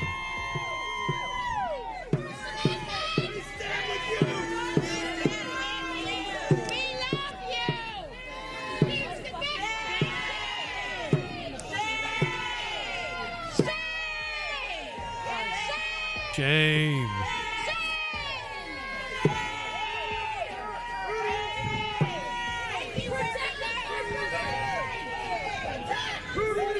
And seriously, those cops should just be like, hey, we're going to take you, we're going to hold you for a few minutes, and we're going to let you go. Who do you protect?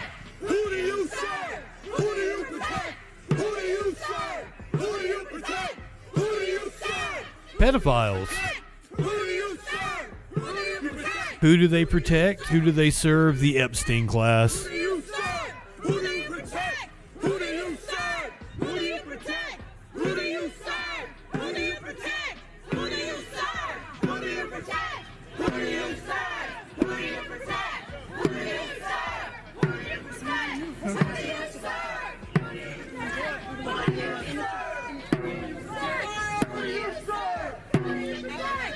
Who do you serve? Who do you protect? Fantastic job, Major. Exactly, the pedophile.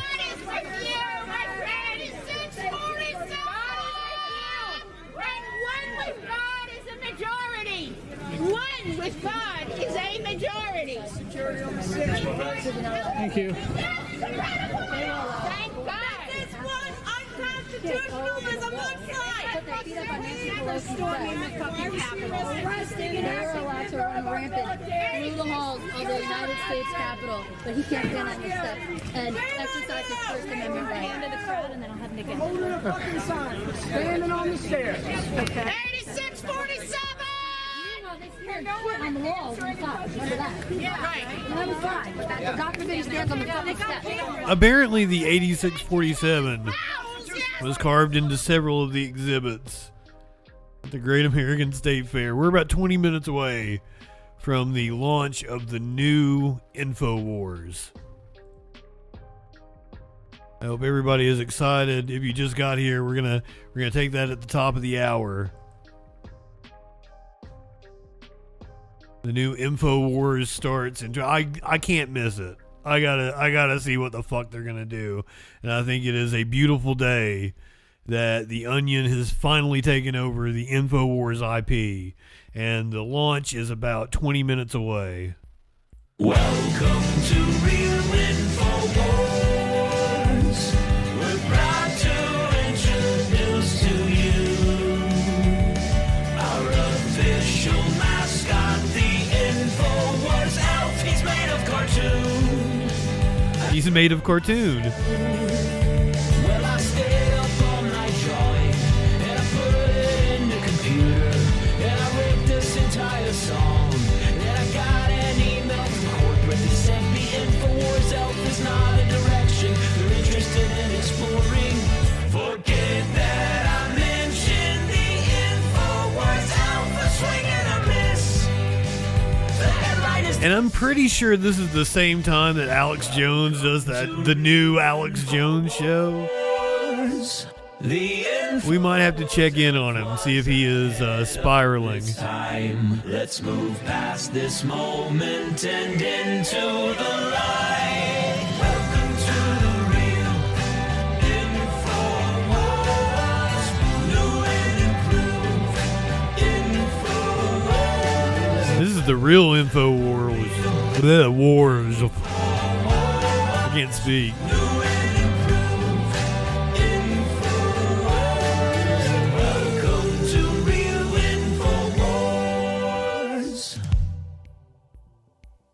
Welcome to... I honestly wonder how many of Alex Jones's followers are dumb enough to just be like, on the InfoWars platform, be like, oh, Alex is back, and not realize what has happened. Then again, Alex talked about it constantly, so I don't know.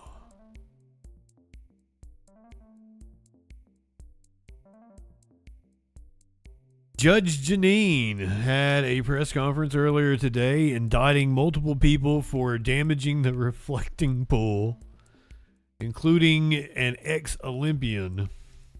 A felony indictment against a defendant, David Hearn, for felony destruction of property, for which he faces 10 years in prison. The indictment is in response to an incident that occurred on June 19th of 2026, in which the defendant Hearn ripped a piece of recently installed sealant on the bottom of the reflecting pool at the Lincoln Memorial. The evidence shows, and we will prove beyond a reasonable doubt, no, you won't. Hearn willfully destroyed property at the Lincoln Memorial reflecting pool. This was a deliberate act to damage the reflecting pool at the National Mall. That never happened. Members of the National Park Service actually have worked hard to restore and have witnessed. By Hearn's own admission, on June 19th, he reached down and pulled part of it up. It was just a flake that was floating. That the National Park Service employees observed Hearn actually forcefully and violently and removing the bottom liner with both hands. You know, I'm not going to get into the evidence, but what I told you is what our witnesses saw and experienced. There was an effort, a violent effort, to rip up the sealant from the bottom of the pool. And irrespective of whether or not, you know, we think that, you know, there is some situation that preceded it. How drunk is she? State and prove beyond a reasonable doubt that he caused damage, and that damage is over $1,000. The National Park Service at the bottom of the pool.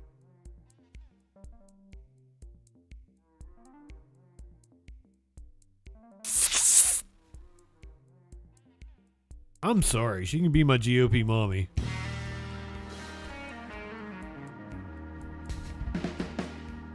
You knew it was coming, right? The fact that the screenshot.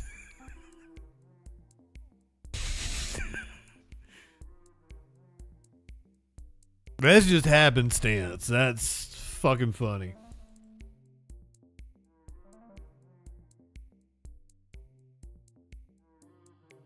She apparently got into a shouting match with reporters after this little press conference where she indicted a former Olympian who also has sacrificed more for this country than anybody in the Trump administration. Specifically, if some of the sealant already partially removed, if you rip it back and you just describe in detail, because he maintains that it looks the same as it did before he arrived. That's his position. You know, I'm not going to get into the evidence, but what I told you is what our witnesses saw and experienced. There was an effort, a violent effort, to rip up the sealant from the bottom of the pool. And irrespective of whether or not, you know, we think that, you know, there is some situation that preceded it, we can state and prove beyond a reasonable doubt that he caused damage, and that damage is over $1,000. Keying in on that, how do you prove that $1,000? With an expert. Is that because come to the trial? It has to be drained. Like, is that because they ain't gonna make it a trial? We'll hear all that at the trial. Did he have any tools, or was it just his bare hands? Right now, we believe it's his bare hands, both hands. So does that indicate in your belief that it was probably damaged before, or do you believe that he had... Oh, he damaged it. Further, but do you believe it had already been damaged before? He damaged the pool. Before he touched it? He damaged this pool. But there have been, you know, all these videos out there. Well, good. I'm glad you got that evidence. Come on in the grand jury, you can testify. Next. Thank you for your time today, Attorney Kara. The citation that Mr. Byrne received suggested that he would be charged with misdemeanors, but the president obviously called for this to be a felony charge here. Did you ultimately decide to charge Luke so harshly at the president's direction? I didn't charge anything harshly. I charge according to the evidence. When we have witnesses, when we have the defendant on record saying things that are not true, and we have witnesses who are disinterested, who have no motive to lie, they have no agenda, they're just working there, and they are actually witnessing. I can believe she's extremely incompetent and extremely egomaniacal. And yes, she absolutely has had a lot of work done. She's had that face pulled back. And at least one box of wine. Damage to a national monument, we're going to go forward. Now, my office reviews all citations. Everything that the police do in this jurisdiction is reviewed by my office. We review it. This is a case with tremendous evidence, and this is a case where the evidence dictates where we land. Next. Just to make sure, there have been other people who have been arrested for incidents of the reflecting pool. Are you taking all of them to the grand jury? It depends on the evidence that we have. We have about a half a dozen other cases. Some of them will be misdemeanors, and some of them could be less, like a violation. But we're reviewing every case based upon the evidence and reviewing all of the reports. And right now, it's about another half dozen misdemeanors. Yes, sir. The president said that somebody took a box cutter and cut the Yeah. Is there any update to that case? Is there any evidence that you could point to as a follow-up?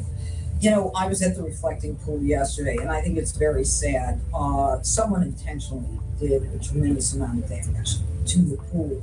And you can actually see where all the cutting is. They took a sharp object and cut for many feet along the pool. Do you have pictures of that? Well, when I file a charge, I'll be happy to show you a picture, all right? What I'm trying to do is we're trying to find out who did it, okay? And until we get to that point, I'm not going to be able to, discuss anything more than there was tremendous damage that was caused. I don't know. She didn't really yell at him. It wasn't all that contentious. I'm a little upset at this is the Independent. Judge Janine yells at reporters.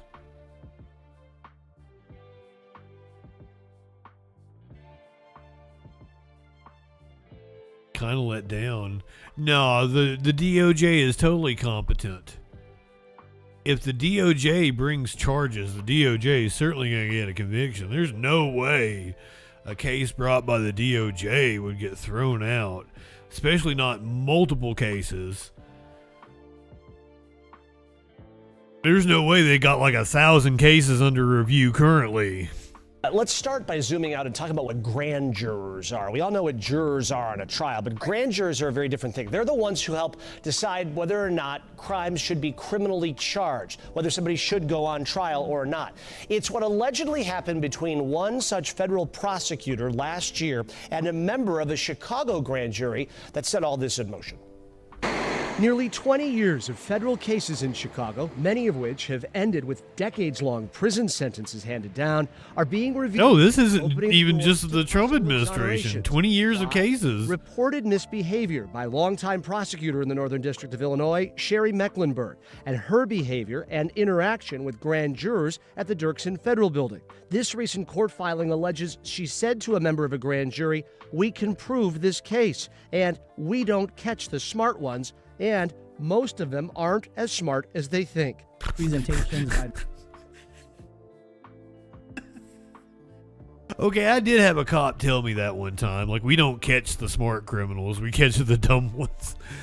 There is some truth to that, I assume. This particular prosecutor will be examined going all the way back to 2007. In Washington today, Andrew Boutros, the U.S. Attorney for the Northern District of Illinois, spoke about the sweeping review underway. It's going to be a massive review, a comprehensive review and it is underway, and it's being formulated as we speak. We know the rules. We know you can't vouch for the credibility of witnesses as a lawyer. You can't tell the grand jury that you think this is a great case and they should indict. CBS News Chicago legal analyst Irv Miller, who represented clients in cases involving Mecklenburg, also worked with her on outside projects. He says reestablishing trust with judges by the U.S. Attorney's Office is job one. I've never seen it happen before, and obviously the U.S. Attorney knows now that what happened was a major, major mistake, and is trying to correct it right now. The question is, can it be corrected? And just to underline the point, it's that she communicated with these grand jurors outside of official proceedings, not on the record. That is a complete taboo. That's the allegation against her. Now, we should point out 10 defendants in 3 cases have seen their cases. Now, the reason why I thought this had to do with Trump cases, but it does, it was the Broadview 6 getting off. It was this prosecutor that brought the case. Dropped so far because of these actions. Unclear how many more might be dropped. We reached out to Ms. Mecklenburg through her attorney today. They had no comment. I thought it was incompetence of the Trump DOJ, but she's been in her position since 2007.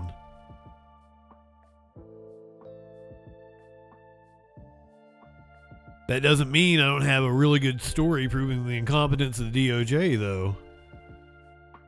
You ain't gonna believe this one. Well, you probably will. The DOJ accidentally gave out Jack Smith's report to a person they are suing. So this is part 2 of the report that was never supposed to be released.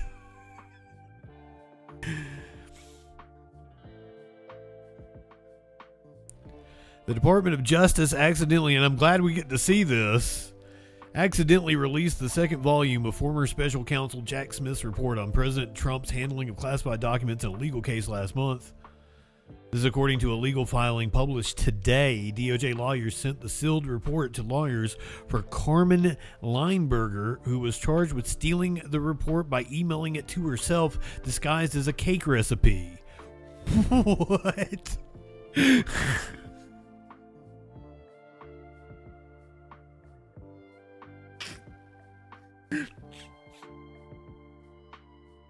Jesus.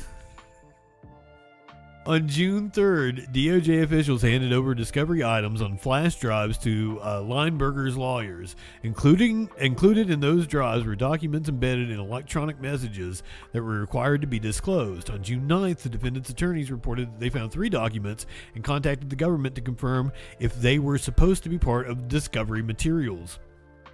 After they reviewed the documents, DOJ lawyers confirmed that they were actually copies of Smith's report. Defense attorneys told the government that they stopped reviewing the material before examining the report itself, deleted the discovery materials they had downloaded, and handed the flash drives back to the government. Thursday's legal filing was to notify Judge Eileen Cannon, the judge presiding over Trump's classified documents case. The accidental leak has to be embarrassing for the government, considering Trump's successful effort to keep Smith's report hidden from the public after he won the 2024 presidential election. Rick, yeah, that's it. The fucking Alex Jones's attorney texted shit to the prosecution, or the not prosecution, the plaintiff's attorneys. God, I would hope so. I would hope they made a copy, but they releasing it, they would be violating a court order. I don't think we have time to do this one, so. All right, we're 5 minutes away. Are you guys ready? We're gonna go check Twitter and see if Mr. Jones is live. Welcome to InfoWars.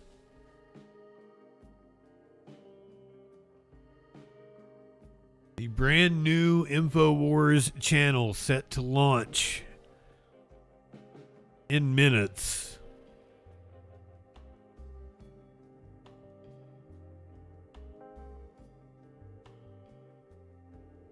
I'm very much looking forward to an Alex Jones meltdown about this. Go go check X. I do follow him.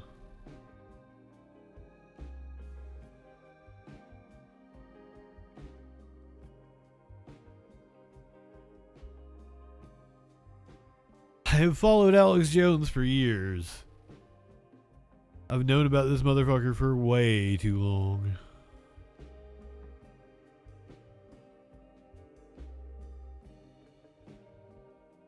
Yes, yes. Guess who is live currently? Is he talking about it?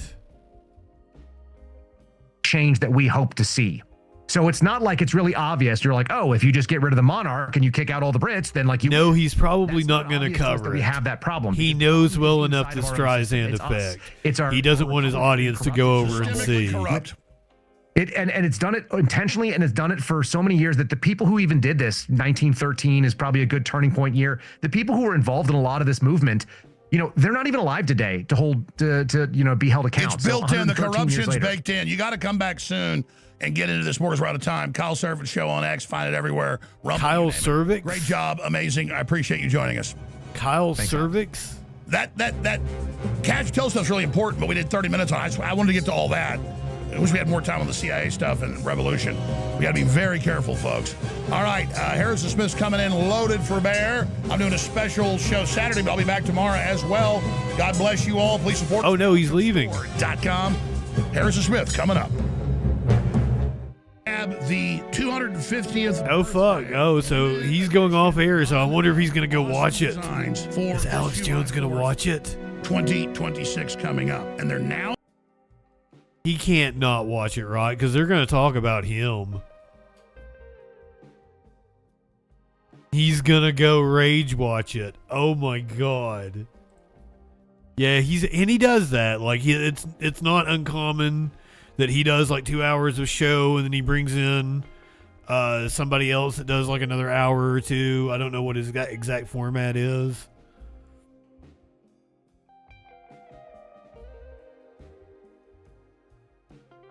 Tim Heidecker. The new InfoWars premieres 60 seconds.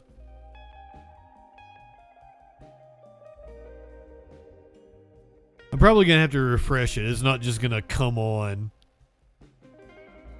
at 8 o'clock.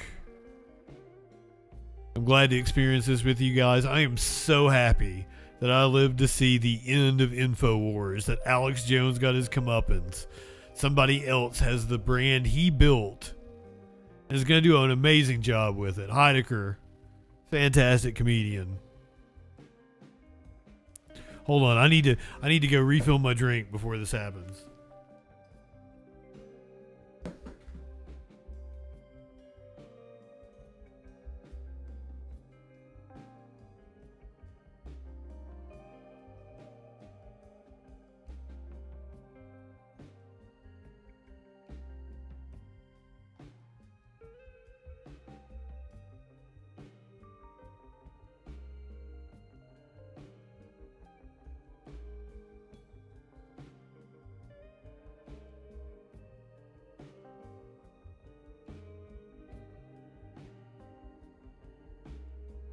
You should be. You should be. Here we go. I might actually have to. There's a thing with the.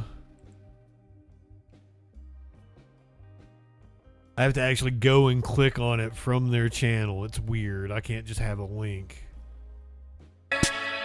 for lives. Oh, we got another countdown. It hit 8 o'clock and we got another countdown.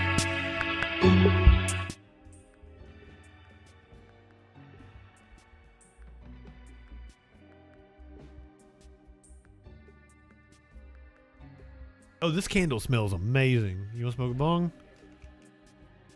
Huh? That candle is awesome. The other candle is not as good, but that one is amazing.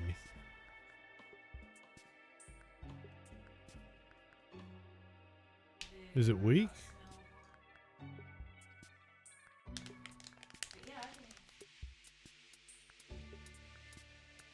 This is the default YouTube graphics. I always use the funky ones because it's like Troll Patrol colors. It's rainbow. No, this is the default YouTube countdown. I use the funky because it's like rainbow colors.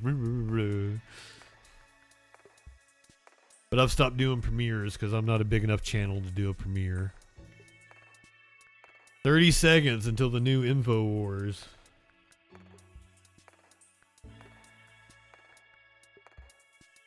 BB or J?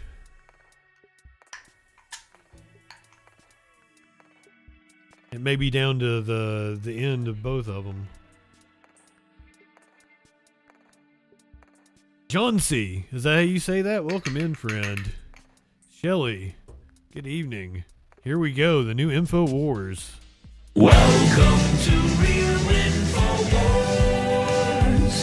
We're proud to introduce to you our official mascot, the InfoWars elf. He's made of cartoon. I drew him myself.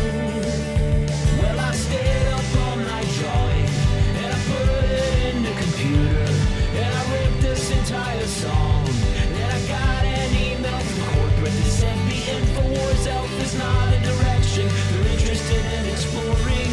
Forget that I mentioned the InfoWars elf, a swing and a miss. The headline is this: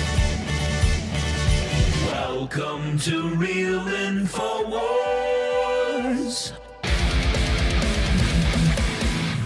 I'm your host, Tim Heidecker. We have officially taken over InfoWars now. This is a new dawn. You think that Alex Jones gorged himself on Whataburger? You're saying 5 triple cheeseburgers and how many fry boxes?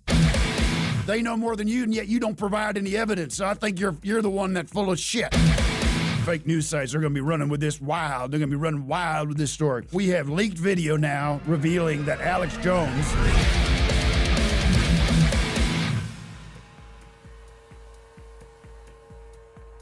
The government, politicians, the media, they're silencing the truth. Because the truth is dangerous. They don't want their secrets revealed. This is exactly the kind of conversation they don't want us to have. We could be killed. Or worse. And we should all be very afraid. Yes. For 35 years, I was part of the problem. Gross. A mouthpiece for the mainstream media, spewing their lies and kissing their feet, all while they turn me into something I'm not. But now I'm free of my corporate shackles, and my only business is freedom. My name is Jim Haggerty, and you are being lied to. You are being lied to. Is he Every day Steve Bannon? Every night when you go to sleep, when you watch the news, and when you don't. Chances are, statistically, you are being lied to right now. That's a fact. But why? And how? And by who? We're going to get the answers to these and many more questions today because we are joined here by former CIA analyst Neil Riker. Now, Neil, you were fired and blacklisted from the agency simply for exposing many of their nefarious secrets. Neil, thank you so much for being here. Thank you for having me. Now, I want to jump right in and talk about pedophiles. I'm ready. Yeah, talk about pedophiles. In good conscience, have you on the show and not ask you about Jeffrey Epstein. Now, I know in your work for the CIA, you took we're getting right to it. tasks that were horrifying and terrible, and you saw a lot of things. Did you ever see the Epstein files? I've seen a lot of information that pertains to the Epstein case, Jim, and there's really no other way to put this. We're looking at a vast government cover-up that goes all the way to the almost top. The almost top? Yes, all the way to the very, very almost upper levels of government. This wasn't some random sex offender. Epstein had connections. He was enmeshed with some very powerful people, from the bottom levels of government to the middle levels of government, even some upper mid-levels. This could go all the way up to someone like Pam Bondi, or even a little bit but not much higher. So it's even worse than we thought. Let's just say if the president is here and the American public is down here, Congress is here, and the FBI is here, this scandal could go all the way up to just about here, give or take. It's just shocking that so many layers of the government are in on this. The judicial branch, the legislative branch, and even parts of the executive branch. Excluding the president. Excluding the president. Right. It's probably the biggest government cover-up of all time, excluding the president. Terrifying, really. It's just sick that they're hiding all of this from the American people and the president. It really is. We really have no idea how medium up this goes. This is exactly the same kind of thing we could have never talked about when I was working for the lamestream media. Speaking of, you were also fired from your job last year, too, from the CIA. And let me guess, it had something to do with DIY. There have been a lot of diversity initiatives in the government. Yeah, but this DIY stuff, it's out of control. But the official reason I was given for my termination is that I was appearing on too many podcasts. You also launched your own podcast before you were fired called Declassified, Exposing Current CIA Secrets, where you peel back the curtain on covert intelligence operations that the CIA is desperately trying to keep from the American people, stuff happening right under our noses. That's right. And you also have a new book out where you talk about a lot of fascinating stuff, from demonic images in clouds to several confirmed mermaid sightings. But I want to talk about something that comes up a lot in your book. JFK. What are they hiding from us? Well, for starters, Jim, JFK, he didn't kill himself. He was murdered. You sound pretty certain about that. What do you know? I've seen the files, and the official story doesn't hold up for a minute. President John F. Kennedy did not hang himself in his jail cell. In fact, if you look at the video and photographs, it doesn't really even look like a jail cell at all. It's hard to tell, but it looks more like the back of a car. I've thought that too. Now, I want to ask you this because I've heard other people ask.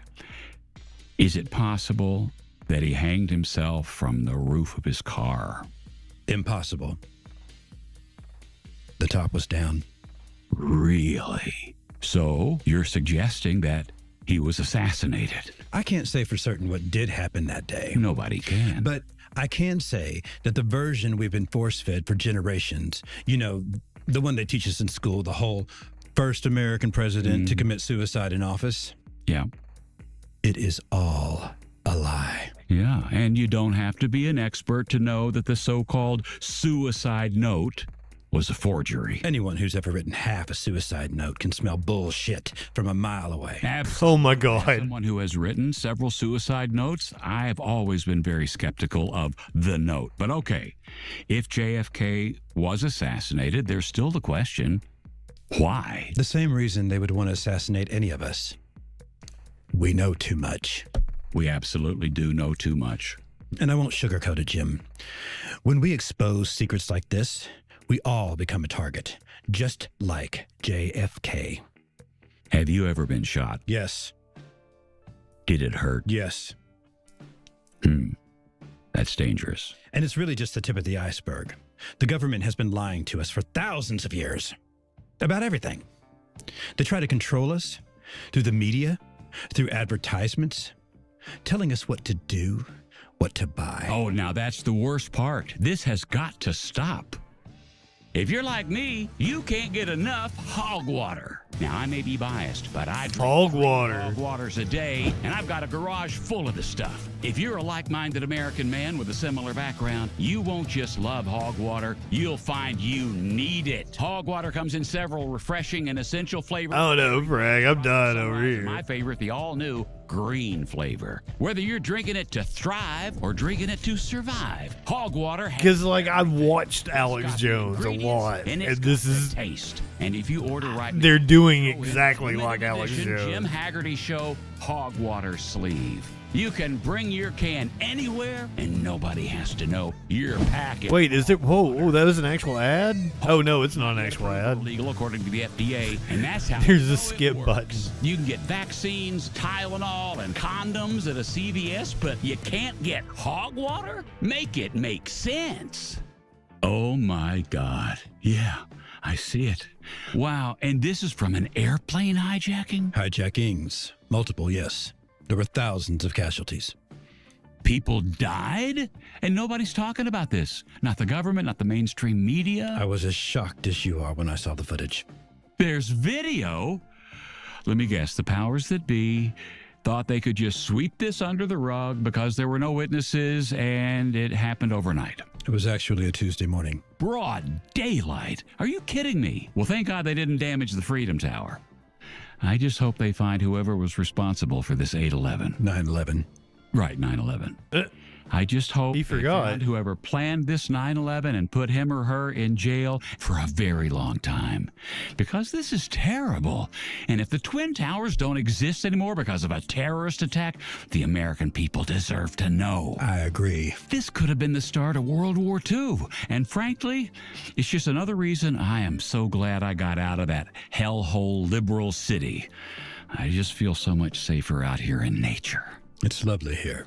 But you do have to wonder, with the kinds of dangerous things men like us are willing to talk about, are we ever truly safe?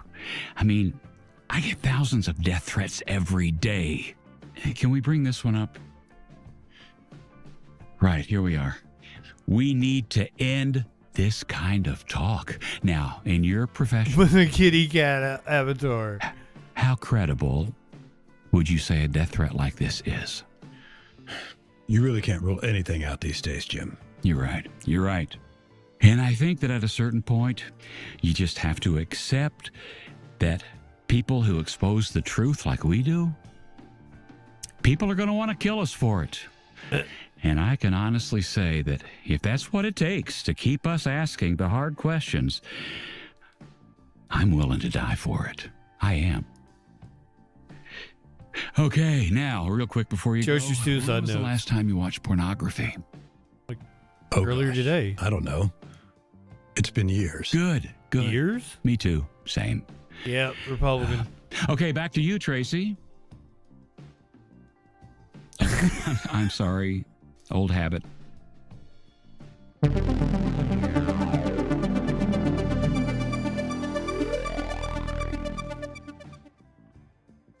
They're lying to us, but you don't need me to tell you that because you feel it every day.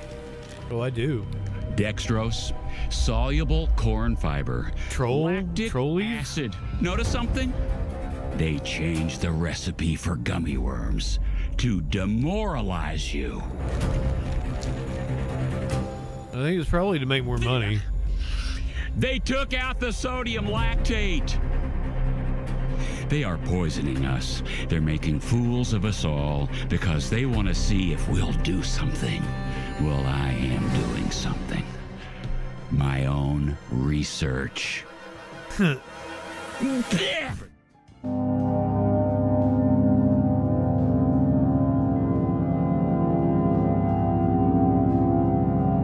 Real InfoWars.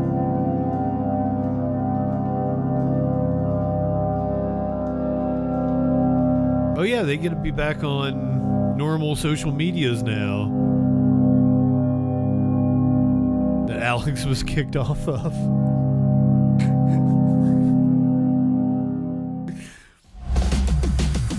That's probably what took him so long. I had to get all that shit straightened out. Turn your piss into gold. I don't know, Jilly. Maybe. We'll see where the night takes Onion us. subscription can greatly improve your quality of life. I've seen this commercial before. It would be impossible. We'll check back in with him here in a little bit. I like that. The first skit from the Onion's version of InfoWars. I like the suicide note bit.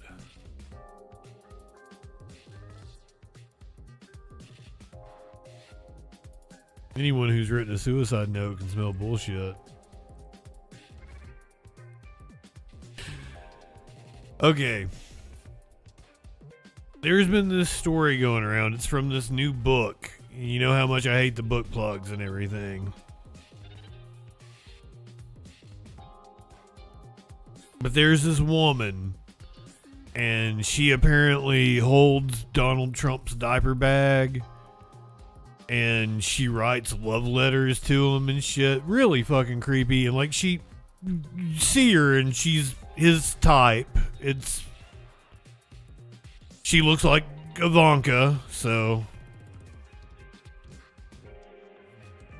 Natalie Harp is her name, and apparently the Secret Service thought that she was a possible security risk. Was very worried about her.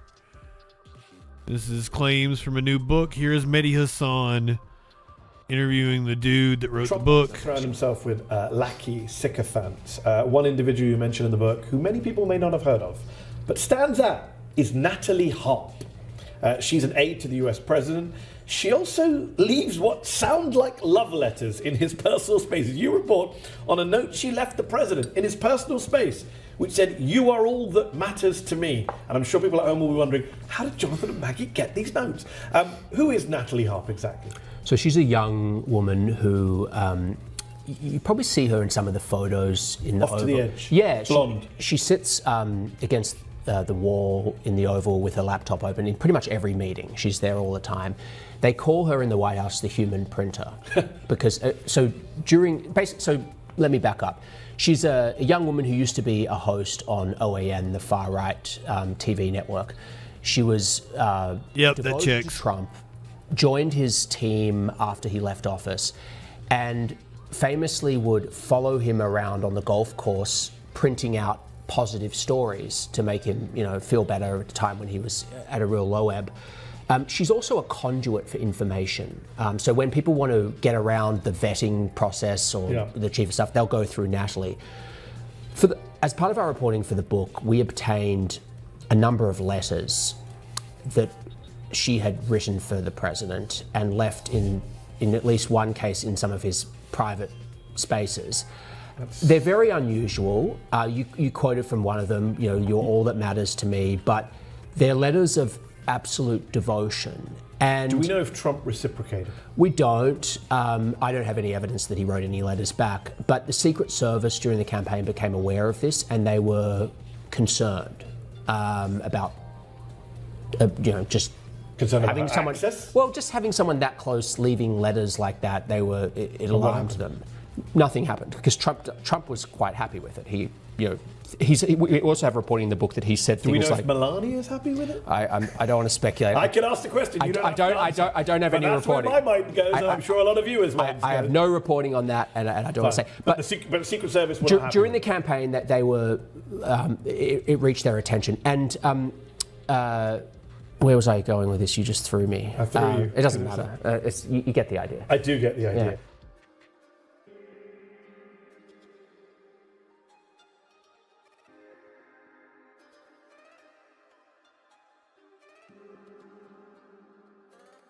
Fascinating.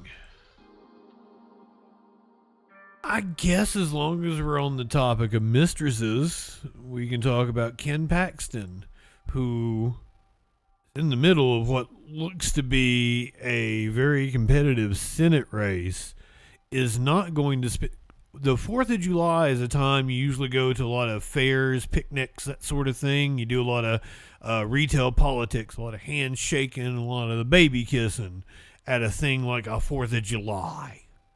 That's a huge thing in politics. We're talking Texas, huge state. Ken Paxton, who is in a very competitive race for Senate, not spending the 4th of July in Texas, gone with his mistress to Paris. Instead of hitting the campaign trail, court voters in the hotly contested U.S. Senate race in Texas over the 4th of July. MAGA firebrand Ken Paxton is on a trip with his mistress in Iceland. I'm sorry, not Paris, Iceland. Exclusive videos and pictures show the married Texas Attorney General and his mistress traveling in economy from Washington, D.C. to Iceland Saturday. Footage of the Lone Star State politician and the woman he has carried on an affair with showed the lovebirds boarding their flight at Dulles International Airport.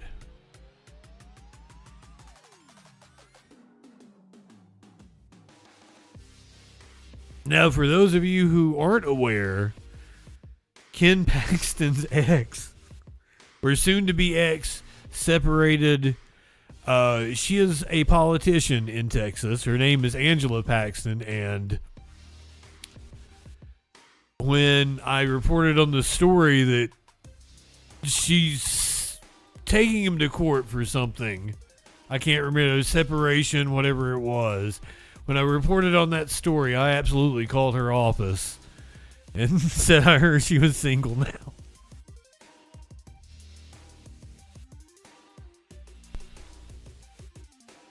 Don't think I didn't. Ken, already on the rebound.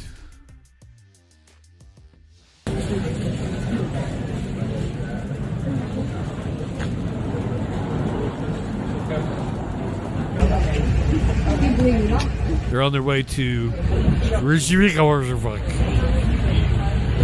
That's how you say that town.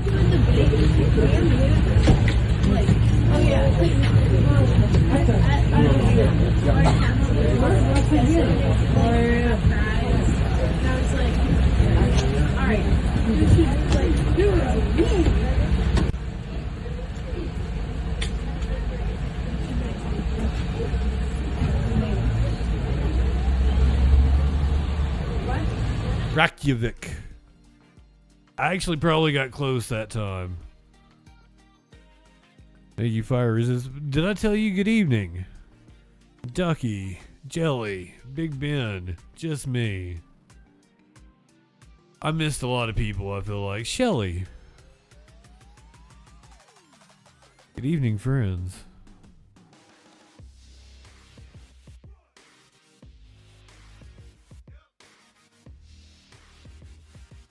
That was at the Kentucky Derby. He went with his mistress to the Kentucky Derby. That's Angela Paxton.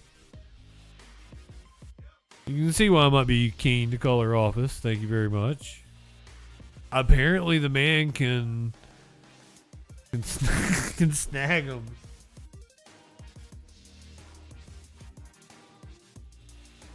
He is an ugly, lion-ass motherfucker. Sleazy as shit. Oh. A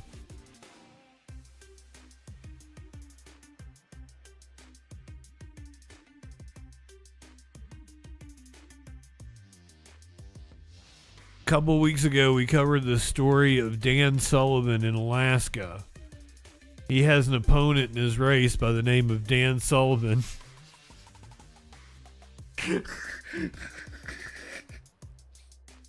Which I don't know how that's an issue. But he apparently thinks it's fraud, and there is now officially an investigation into it.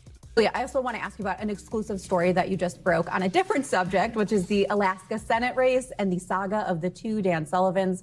What's the latest there? Yeah, a little off my normal beat, but I found out about this and thought this was a fascinating story. There's a man named Dan Sullivan who is a Republican challenger on the ballot challenging Republican incumbent Dan S. Sullivan. We have to use those middle initials so you can understand who we're talking about. Dan J. Sullivan had no prior political experience, and in fact, a lower court said that he was not eligible to run, but an Alaska Supreme Court just said he is. Now we're reporting exclusively that there are two probes, a state probe and a federal probe, looking into whether or not there's a conspiracy that's behind this campaign in order to confuse Alaskan voters. That could be a civil rights violation if they deprive Alaskan voters from a free and fair election by confusing them with two men from the same party with the same names. And Alaska is a key battleground Senate this fall. You know that well. Julia, thank you for all your scoops and reporting. We thank you for watching, and remember, stay. Oh, wasn't prepared. I'm sorry. I'm sorry. On the NBC News app or watch live on our Shut up, YouTube Tom Llama. Bring back Lester so we can tell him to shut up.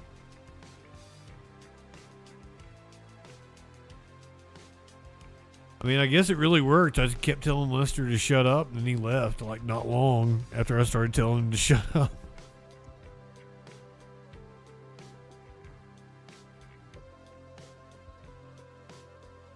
So,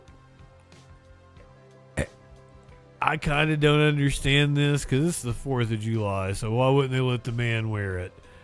But we're going to Pennsylvania, where a member of the Pennsylvania State House wasn't allowed on the House floor because of his attire.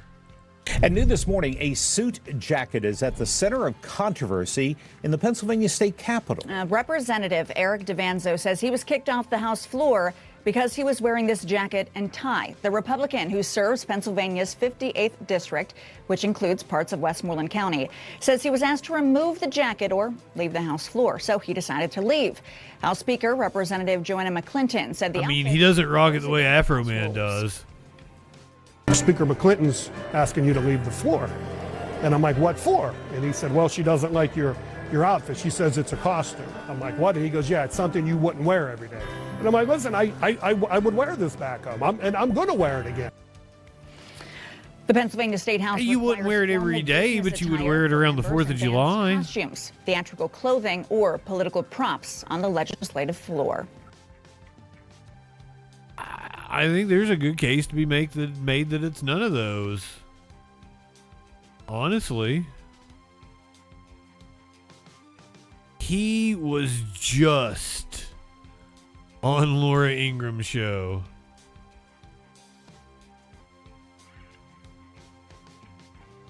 So let's hear what he had to say. State Representative Eric DeVanzo joins us now to explain how this all went down. Representative, House leaders ruled your jacket, I'm so glad you're wearing it, as inappropriate. Okay, what exactly was inappropriate about that jacket? Yeah, hey Laura, thank you for having me on here tonight. And I have it from the House rules right here, and it says consistent with the dignity of the institution, appropriate attire means professional business clothes, no sportswear for men. This includes a coat and tie. This is professional. We have members of the Democrat Party who wear a top hat on the House floor. Okay, they wear Nike sneakers on the House floor. So wow. If we're going to have decorum, if I'm going to be held to a level, then let's do it across the board here. Let's not pick winners and losers anymore. Speaker. I'm on his side. I think he should be allowed to wear his jacket. But to me, it's not it's you wouldn't wear it every day. You would wear it for the 4th of July. You'd wear it Memorial Day. I don't know. I would be okay if the man showed up with a Batman outfit for Halloween. I don't give a shit.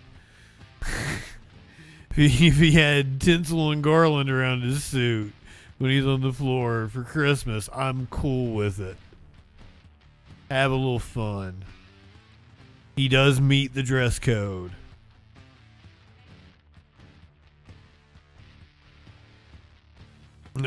Just doing him a favor by telling him to take the suit off. I'm not saying he doesn't look tacky. I'm saying it's okay to look tacky for 4th of July. I look tacky all the time.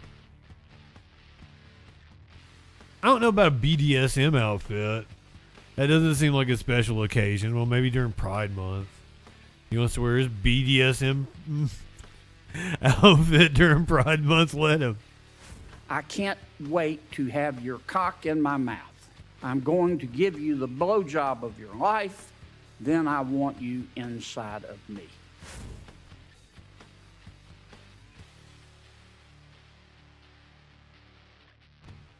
Get gay with it, brother.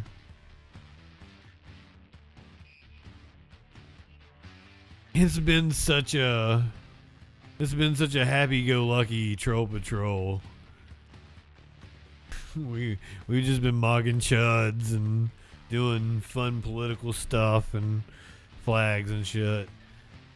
I don't know if I could do crime stories. But at least not these first two. We gotta do it. We gotta do it. Is it gonna kill the vibe? Is it gonna bum everybody out?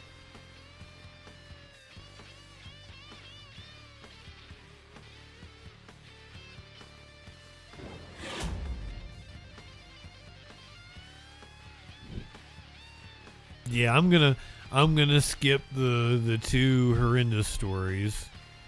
Not that this next one's not horrendous, but you know, woman getting run over in the driveway. We got good video. That can be fun.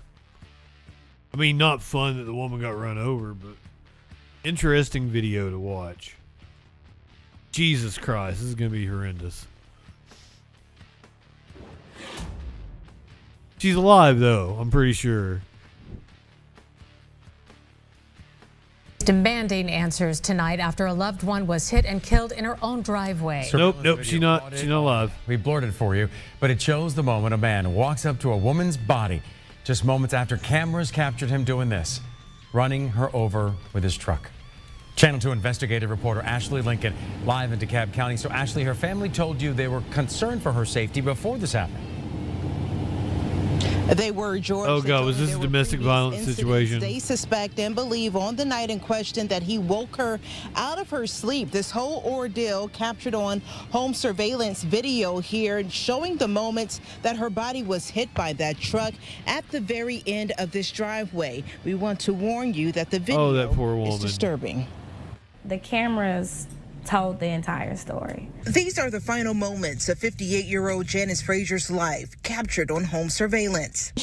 This poor woman went with her coochie hanging out.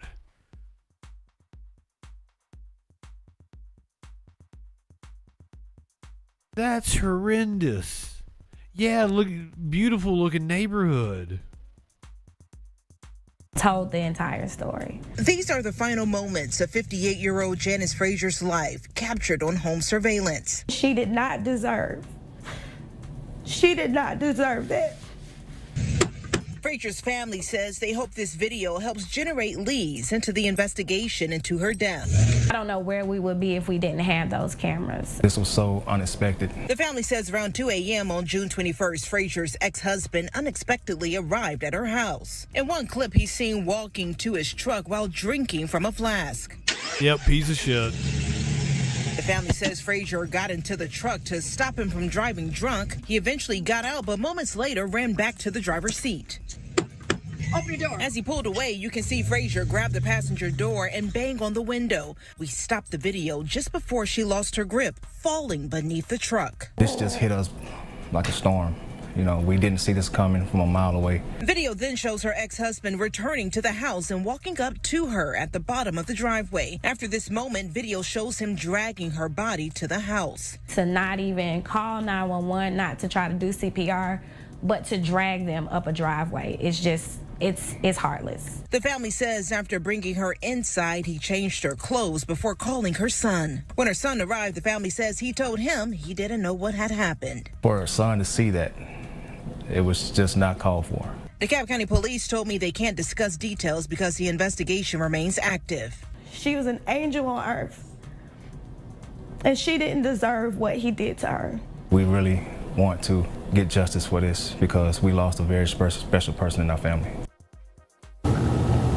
And the family also shared a letter they say Frazier's estranged husband wrote the day of the incident, describing his struggle to move on from the relationship. They also say he returned to this property hours after that incident, removing items from a storage bin behind the home. I did contact him today and spoke with him over the phone. He did not give us a statement and hung up on our phone call.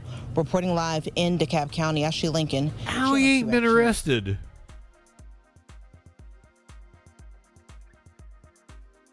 They know who it is. They've got video of him doing it. How has he not been arrested?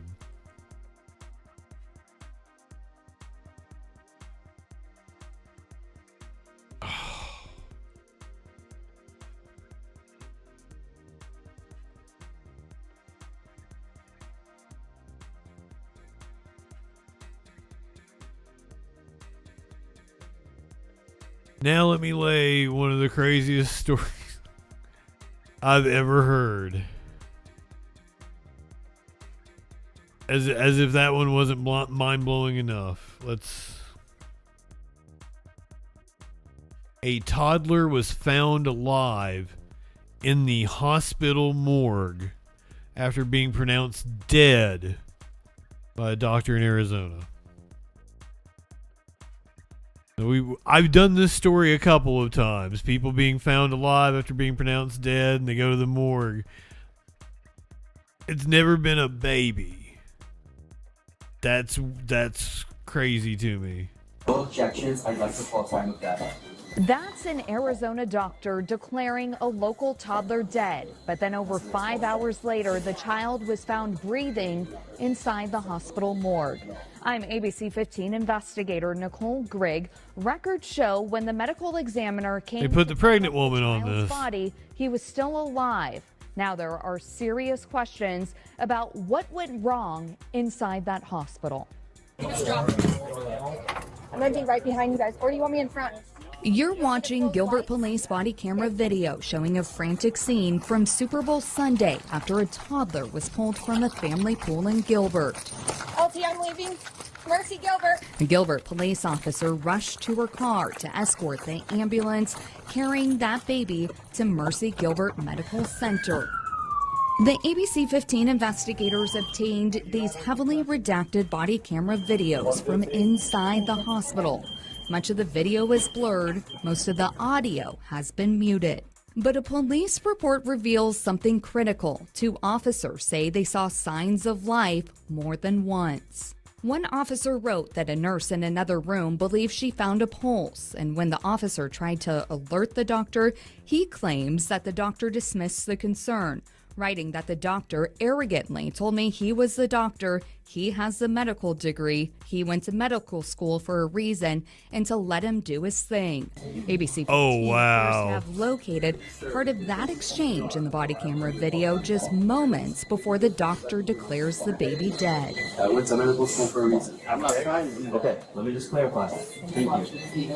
But that was not the only signs of life that records show hospital staff ignored. The report provides a critical timeline. About 6:20, the doctor declared the boy dead. Over the next hour, the officers detailed hearing gasping sounds, but those didn't stop. As the baby was fired is the least of it. He needs to lose his medical license and possibly be charged. This is insane. Just clarify. Thank you.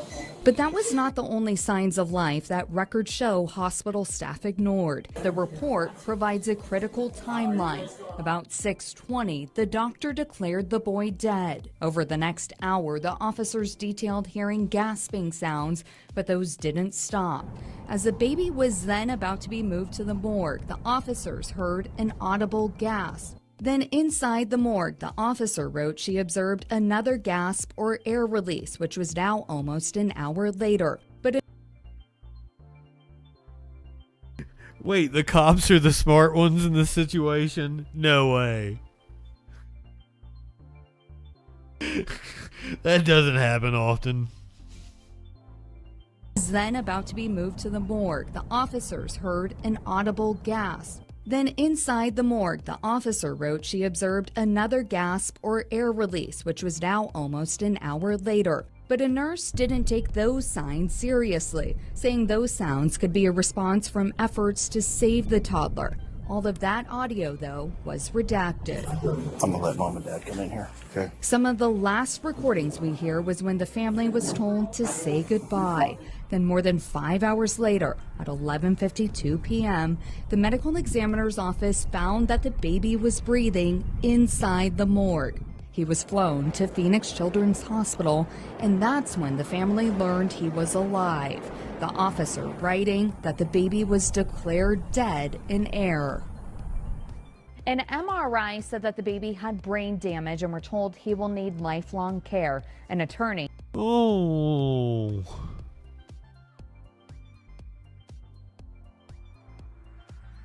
What? Holy shit. I can't imagine what it'd be like to be told that your child has died, and then you find out that they were alive. Yeah, because he wasn't revived fast enough. Like, the brain damage is probably on that doctor. For the family declined to comment. Mercy Gilbert saying in a statement, this is a heartbreaking situation and that they immediately conducted a thorough review of all aspects of the care provided to learn what happened and to make meaningful changes to strengthen their care. However, they could not say more out of respect for the patient's privacy. Now, there is a lot more to the story, and we'll continue to look into how this could happen. I'm ABC 15 investigator Nicole Grigg.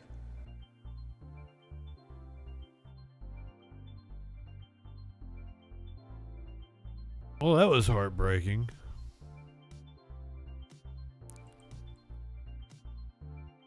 Let's see if I can lighten the mood a little bit. We were having fun earlier in the show. It got real dark there for a little bit.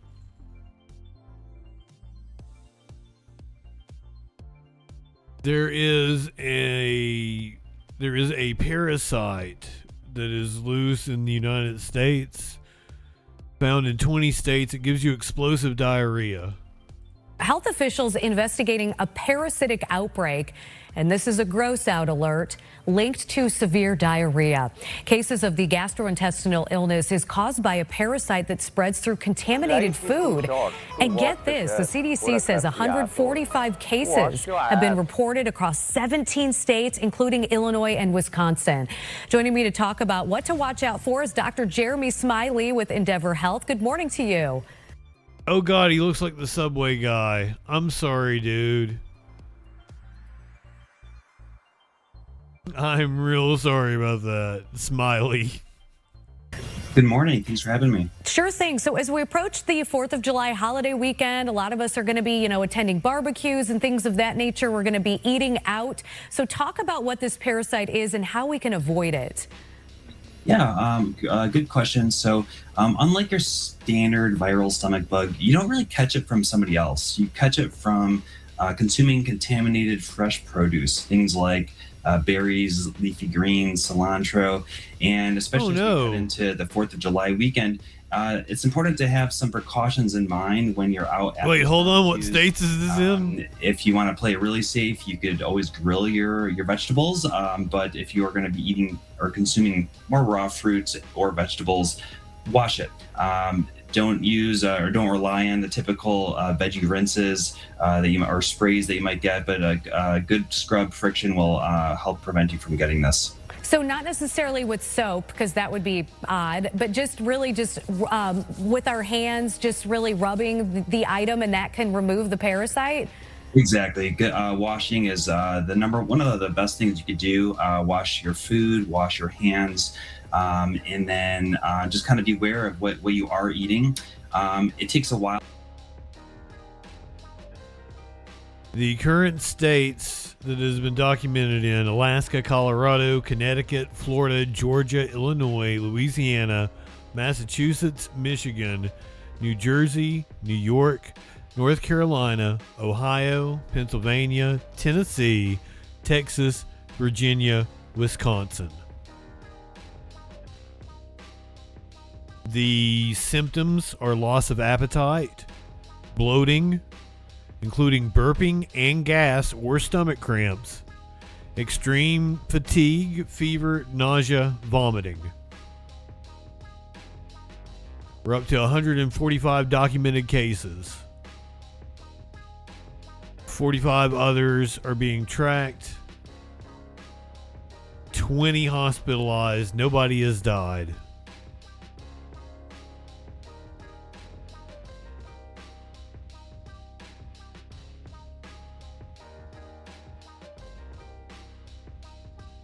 Fresh produce, basil, raspberries, and lettuce have been the culprit.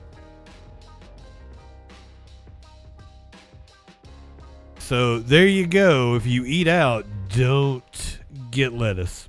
held to really track down the underlying cause, what is contaminated, because often the symptoms are quite delayed. Patients that we see, and this is very common, it's different than the classic gastroenteritis stomach virus that people pick up, the classic being like norovirus. This takes about a week to really set in with symptoms. And that's why it's kind of hard to really pinpoint what the cause was. You know, takes a week to set in. I think of something a lot more serious than the typical virus. Is that the case, and is it harder to get rid of? What is the treatment? Yeah, it's the tortoise and the hare. So the hare being the classic violent fast on, fast off of the norovirus or the E. coli that we're used to seeing and getting. Those are more violent, more severe, can definitely cause some dehydration. What we're seeing with the cyclosporal infections, it's longer lasting. This is the tortoise. It takes about a week to slowly build up, and then it can last weeks to up to a month. Wow. And the symptoms tend to be more mild. Bloating, gas, a lot of watery diarrhea. Okay, tend to be mild. If we're experiencing those symptoms, what is Can the last treatment? up How do we to get a rid of this month. parasite? Yeah, many patients who are who have working immune systems, they might either be asymptomatic, they could pass it on their own. But when you do have this ongoing symptomatology of bloating, diarrhea, feeling unwell, it's important to get tested. And this is when you really should seek medical attention, talk to your doctor. Some folks do come to the emergency department, especially if they're very symptomatic, dehydrated. But it's a stool test. And yeah, it seems like lettuce is the big thing. Often included in the classic stool studies that one might order.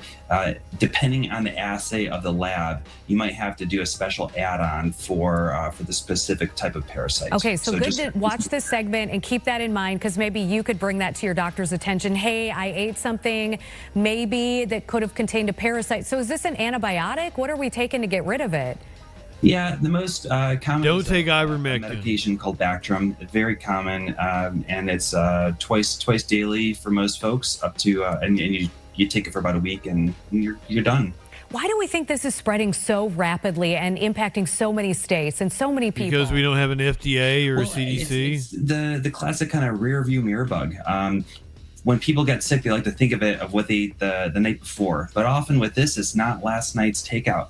It might be something you ate a week ago. And so when you have this amount of delay from consumption to symptoms being about a week or even more, it's hard to track down. And so the local health departments, they're working to find the source, but it's a work in progress. We're not immune to this. Our neighbors up in Michigan, they're having quite a large number of cases, and we certainly share similar sources for food. So just important to really be on the lookout. Last question. You're going to a barbecue this weekend, and there's a salad on the table. Do you eat that salad? No. Absolutely. No, don't eat the salad. Eat the hot dog. Eat the hamburger. Don't get lettuce on your hamburger. Eat the cheesy, sloppy, beefiest fucking hamburger you can eat this weekend. That's the winner. I guess I should let the doctor answer that question, because he's saying the opposite. Do you eat that salad? Absolutely. Okay. I personally, I'm not going to let a little parasite cancel my summer plans. Eating fruits and vegetables. That might be the quote of the day. Okay. Yeah. It should be. Yeah, All just play it safe. Wash it. Freedom, baby. Get the parasite. Keep a good lookout. All right, Dr. Smiley, I love the name. It is such a horrific topic. Thank you so much for your time, and happy 4th of July. No. You say it like you eat it, but make sure it's washed properly. That's all you got to do. And that will protect you from the parasite.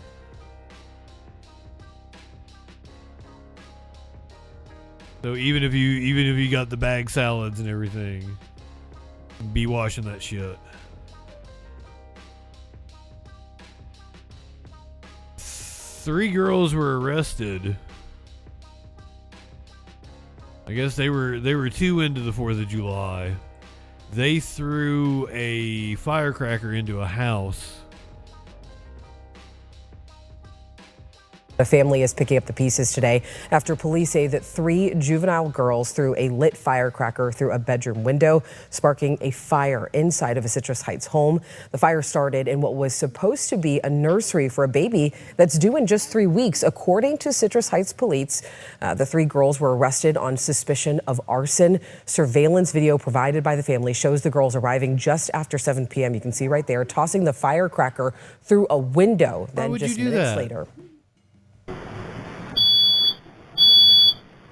Oh, sorry about that. That is really You loud. can hear right there the fire alarm blaring. The expectant mother, Leslie Morgan, says that she was out with her kids getting food, and after getting a notification from her surveillance app, she called her husband to alert him to the fire, and with the help from one of their neighbors. I guess they thought they were just doing a prank or something. But damn, that was stupid.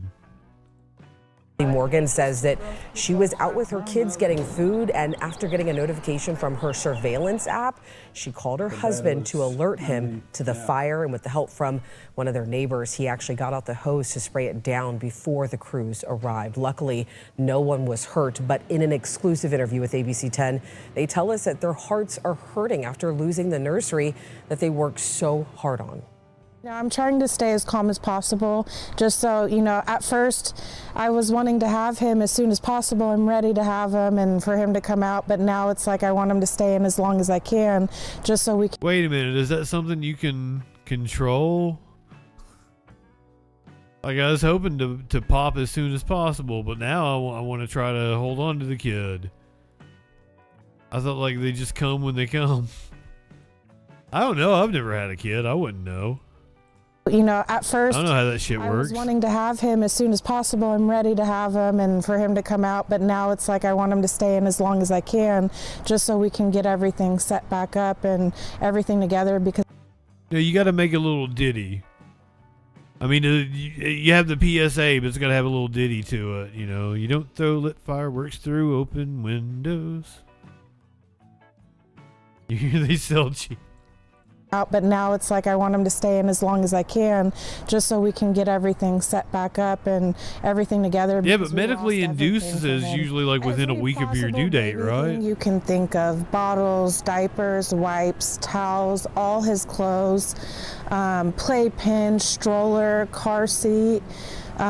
Literally just had my baby shower 2 weeks ago, and we received everything on our registry that we wanted. So not only did I have everything that we needed for him, I had everything I wanted for him.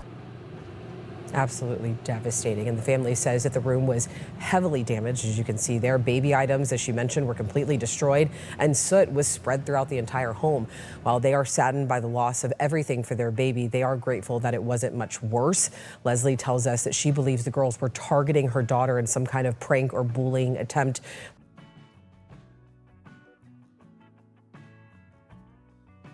It was a shitty ass prank. The guy on the sign.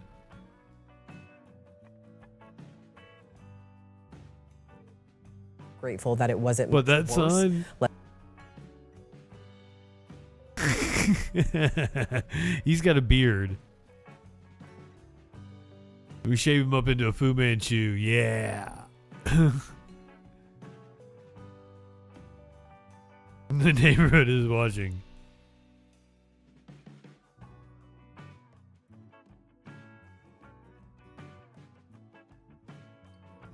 So they've got this huge crackdown on illegal fireworks. We've had numerous busts. Warlord. I still don't know what that emote means. Are you judging me? Anonymously, welcome in. Holy shit, what did you miss? I had 2 different mind-blowing stories, didn't I? Oh yeah, the toddler being found alive in the morgue. And the woman getting run over in the driveway. Ooh.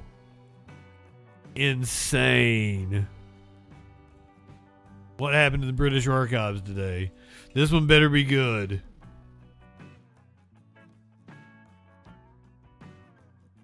Alright, we're going to humor Warlord.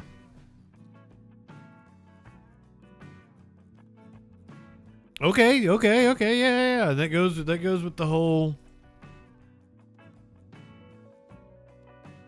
It goes with the whole U.S. birthday thing. I can't copy the link. God damn it.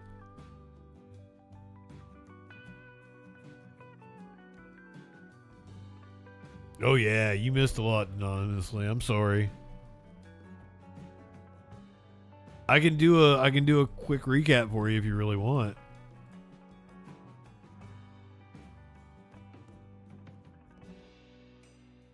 But I don't remember everything. Kid found alive in morgue is some Dexter origin story shit. Yes, it is. Oh, and that's not even the craziest part of that story, honestly. The craziest part of that story was that the cops were competent. They were the intelligent ones. And a doctor told them they were stupid and that he went to medical school and that they didn't know what they were talking about. And the cops are like, we think that kid's breathing. Hey, isn't that kid breathing? So this was a mind fuck of a story. The cops repeatedly said, hey, we think they're gasping for air, and the hospital staff attributed it to like some sort of like, I guess, response the way like a snake would after you cut off its head. They had a name for it, but I don't remember what it was.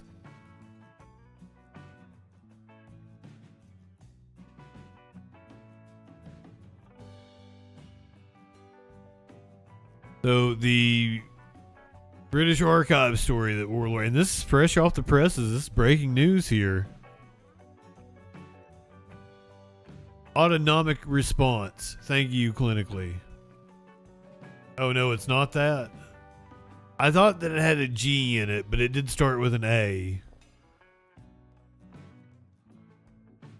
But I don't remember what it was. I can give you the story if you want. If you want to watch it later on your own. The woman getting hit in her driveway was also fucking crazy. She ran out the house with her coochie hanging out. And like her last moments caught on camera with her bare coochie. It's not fun. And I'm kind of sad that I've seen that. Like, I shouldn't see that. But this family isn't getting justice either. The dude that killed her hasn't been arrested. So that's pretty fucked. The Declaration of Independence, a rare copy, was found by a volunteer in the UK archives. The rare surviving copy of the Declaration of Independence, it's been discovered at the National Archives in Kew. The only known example of its kind outside of the United States.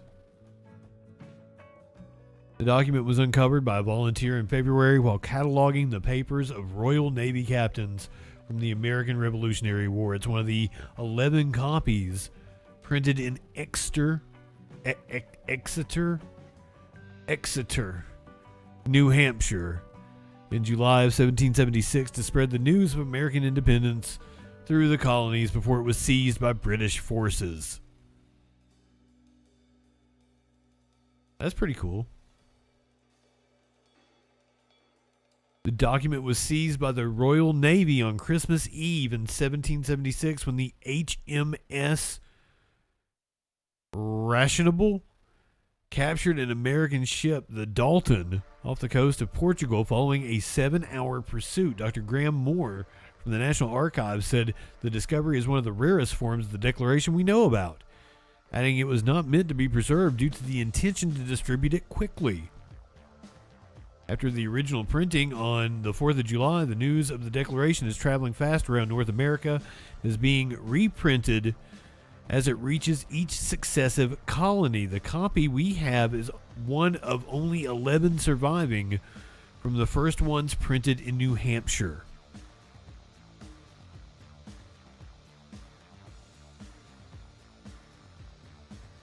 Well, that's pretty fucking cool. Let freedom ring with some illegal fireworks. Well, 2 days away, but many communities are already dealing with people setting off illegal fireworks. As NBC4's Hetty Chang shows us now, one small Orange County city is sending a big message about enforcement with the help of drones. Safe and sane fireworks are legal in the city of Stanton, but these aren't the concern. Did she say safe and sane? Straight up into the sky, where for the second year, Stanton will be using drone operators to spot every single illegal firework set off, starting tonight. Describe to me what we're looking at here. It's a war zone. This is very close to City Hall. There are, I'd say, 100 boxes of illegal rockets right down the middle of the street. And so the display that's going to be there, you'll probably be better than what we get nightly at Disneyland. Through the weekend, there will be someone, a drone operator, monitoring. 24/7. Now there's a part. Well, tell Disneyland to step up their game. What if that thing slipped out of a person's hand? If they're doing a better fireworks show on the streets than what you're doing at Disneyland, then fucking step it up, Disneyland. Let's see what you got. Be better than what we get nightly at Disneyland. Through the weekend, there will be someone, a drone operator, monitoring. 24/7. Now there's a party, right? You see all these people? What if that thing slipped out of a person's hand and took an eye out? Or what if it killed them? That's the price of freedom. They're having a good time, but they have no clue of what can happen. Last year, Stanton officials issued 18 citations, $1,000 for each violation. In fact, one homeowner was fined $300,000. This year, it's a max of $25,000.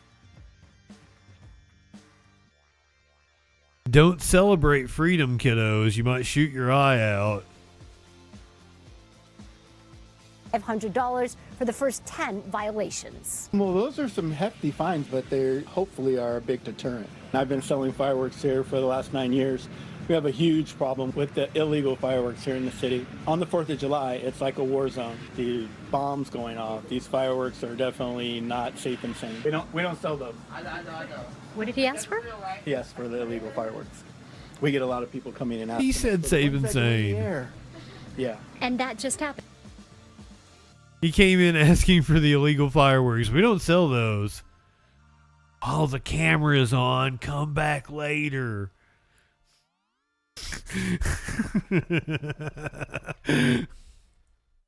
Not safe and sane. We don't sell those.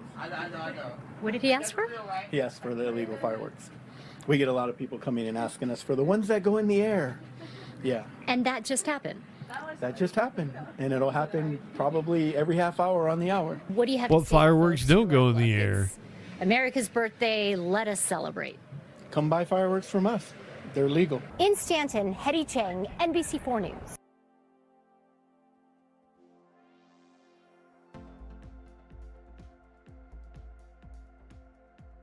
Last year, I didn't even realize it. I was living like right next to where they were shooting off the fireworks, up on a mountain. I was like eye level, or maybe even a little bit above where the fireworks were. It was really cool.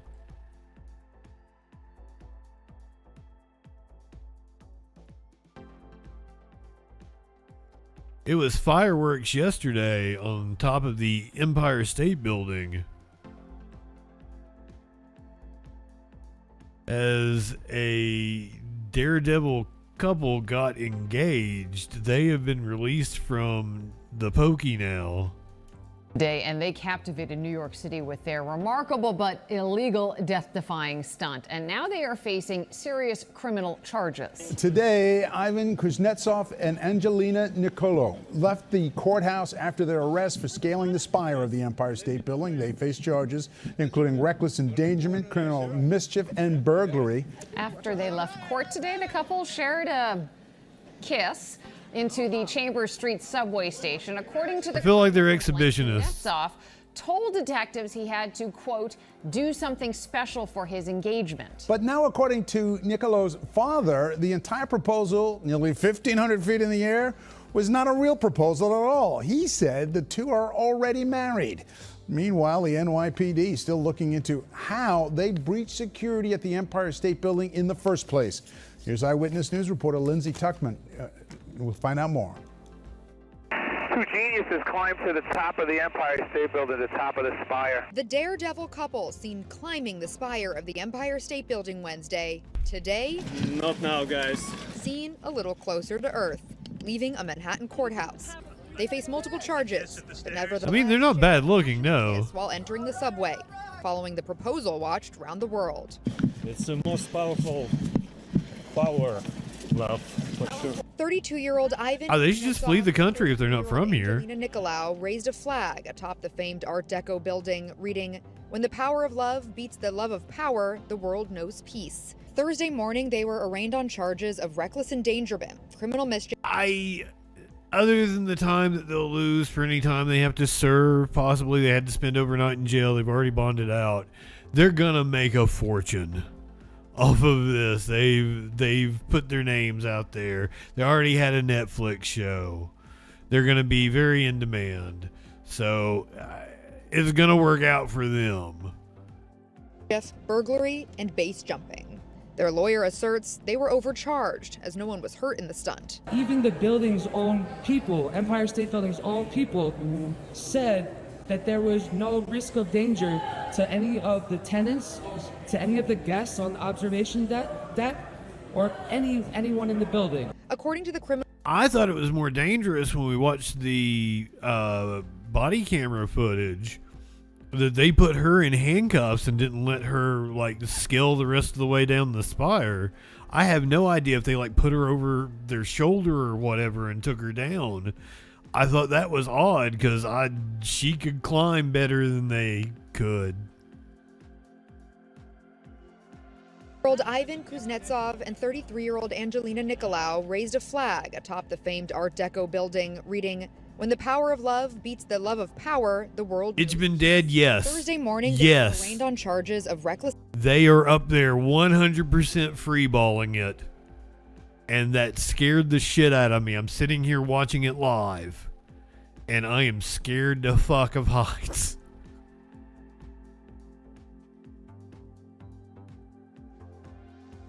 My palms are sweaty right now looking at them standing on top there. I could not know. Endangerment, criminal mischief, burglary, and base jump. I couldn't do it because I would have already fallen to my death if I attempted to. I couldn't even make it to the top. 32-year-old Ivan Kuznetsov and 33-year-old Angelina Nicolau raised a flag atop the famed Art Deco building, reading, "When the power of love beats the love of power, the world knows peace." Thursday morning, they were arraigned on charges of reckless endangerment, criminal mischief, burglary, and base jumping.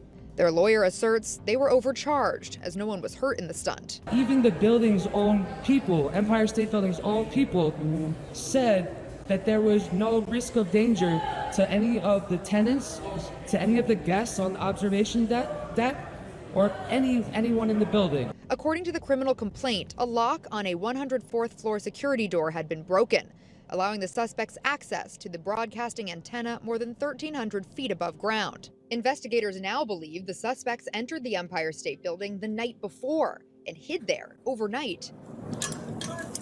Mayor Mamdani spoke about the dangerous arrest by police. A note of appreciation for the lengths that officers go to protect. See, you saw part of the arrest video right there. They're not all the way down yet. There's still a couple other ladders and shit before they're at the deck. And I thought it was stupid of them to handcuff her. She was being cooperative. They were being friendly and shit talking to the cops. The cops look up like, "Hi, how you doing?" It was kind of funny. A note of appreciation for the lengths that officers go to protect our city, to protect New Yorkers. ABC spoke to the father of Nicolau, a Russian circus artist, who interestingly says the now notorious couple are actually already married and that it was all part of a performance. Married or not, due to the extreme risk-taking involved in the stunt, the district attorney says the couple must remain on supervised release until they are back in court. They are due back in court on August 24th. In Lower Manhattan, Lindsay Tuckman, Channel 7 Eyewitness News.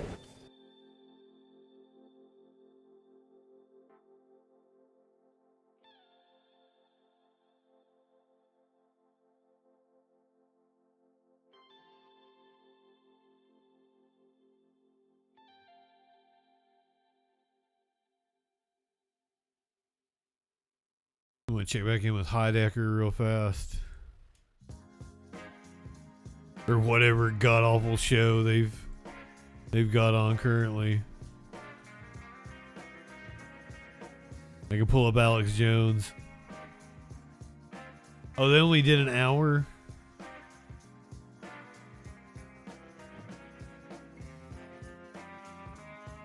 Restitution and justice. In every battle, there comes a time when both sides consider themselves beat, then he who continues the attack wins. Hi, everybody. Welcome to the new InfoWars. I'm your host, Tim Heidecker. We have officially taken over InfoWars now. We are in charge of InfoWars. This is a new dawn, a new era. We're turning the page and we're forgetting the past, but we must always remember the past leads us towards the future. We got so much to get to today. This is the emergency broadcast. Thanks for joining us. It's the only place you're going to get the truth, and we're happy to provide it for you. We're going to take a couple of calls later on. And we're going to get to the bottom of some things here. First of all, I just want a couple of quick things happening in the world out there. I've been talking about soybeans for a while. Soybeans, not a natural, not a organic product. It is a genetically engineered farming substitute for nutrition. It's established in 1928. Wait a minute, what? Are soybeans not real? There to figure out why. Did we genetically engineer them? Traded every single aspect of our diet. I don't care if you are trying to eat a Snickers bar or carrot. It's got soybeans in it. Even our water, they're saying now, has trace elements of soybeans. This happened just last week. This is coming in from KIRO7 in Washington State.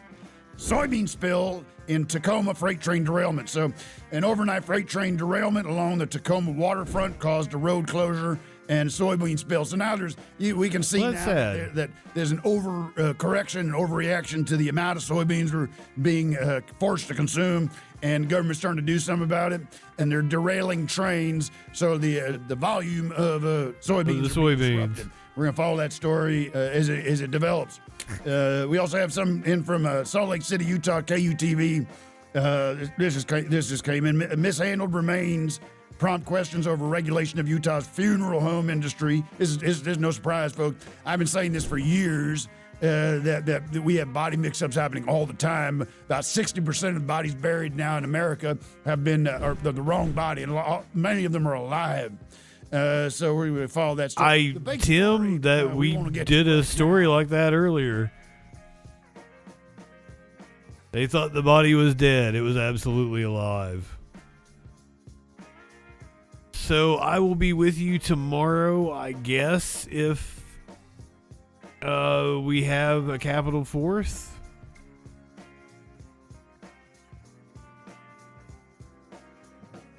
And we will watch Kool and the Gang, Chicago, Gary Sinise,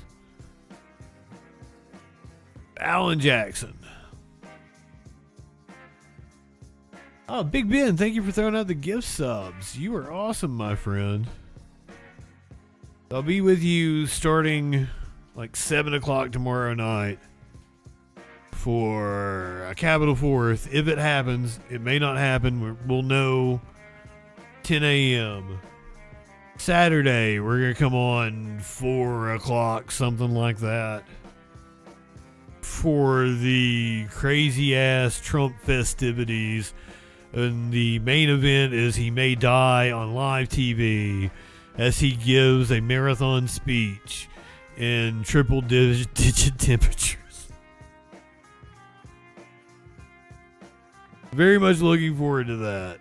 Cicero, welcome in. Let me give you some pet tips for 4th of July for all your... And this 4th of July weekend is set to be a scorcher, and while your furry friends. It's important to keep your pet's safety in mind from the heat and the fireworks. 10 on your side's Michael Rinker has more on that from Portsmouth. The 4th of July holiday is one that goes hand in hand with fireworks. Pets, they don't like them as much as we humans do, but with a heat wave coming into Hampton Roads this holiday weekend, you may want to prioritize your pet's safety. Seriously. The 4th of July is a time to celebrate, but with high temps around 100, it could turn dangerous for you and your pets. Cats are better at judging the heat and staying out of it than dogs are. Dogs don't really understand, when enough is enough and when to go take it easy in the shades. Dr. Michael Perry says while you enjoy the festivities of Independence Day, don't forget to keep an eye on your pet, especially if you are outside for long periods.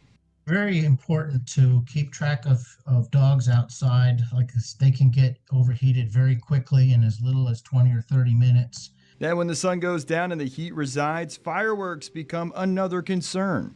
So a lot of it is just the unexpectedness of it, and that it can go on for a long time, especially if you have a lot of neighbors that like to shoot them off. So it's this constant sound, the vibrations. Some pets, especially dogs, can react a number of ways, but how you react with them can play a role. Find comfort in your stability during the moment. So if you're like, oh my gosh, there's fire, and you're getting mad and angry at the neighbors for doing this, they're going to sense that. And so that's going to make them even more uneasy because they're going to go, Mom or Dad's upset. I need to be upset too. You can read more about how to keep your pets safe this weekend over on wavy.com.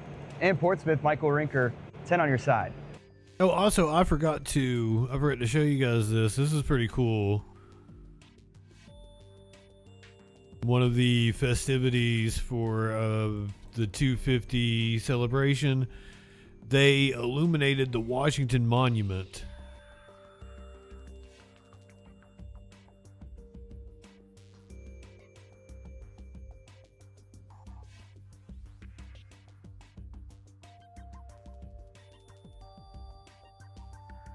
See, we probably need to do shit like this instead of fireworks. As I was saying earlier, I was reading about how apparently the fireworks really fuck up the wildlife as well. All the insects and birds and shit get real fucked up by the explosions. So maybe we need to bring this tradition to an end. Just do shit like this. Maybe we'll leave it to just, huge cities. You do some fireworks in New York. Triggers PTSD in veterans. And more than just veterans, anyone with PTSD.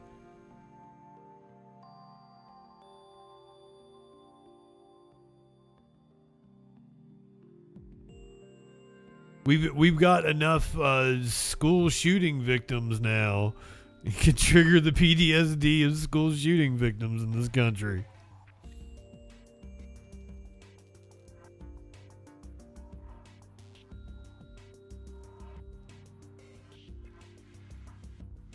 God bless America.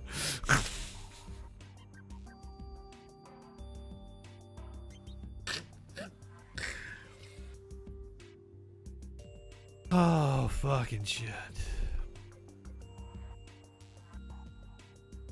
Then after we do 4th of July festivities this weekend, Sunday begins vacation week.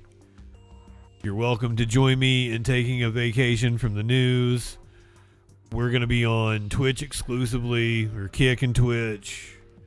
We're going to be watching, I haven't finalized the list yet, but every night's going to have a theme. We're going to do some shit. One night we're going to watch all of the rehearsal season 2. That'll be fun.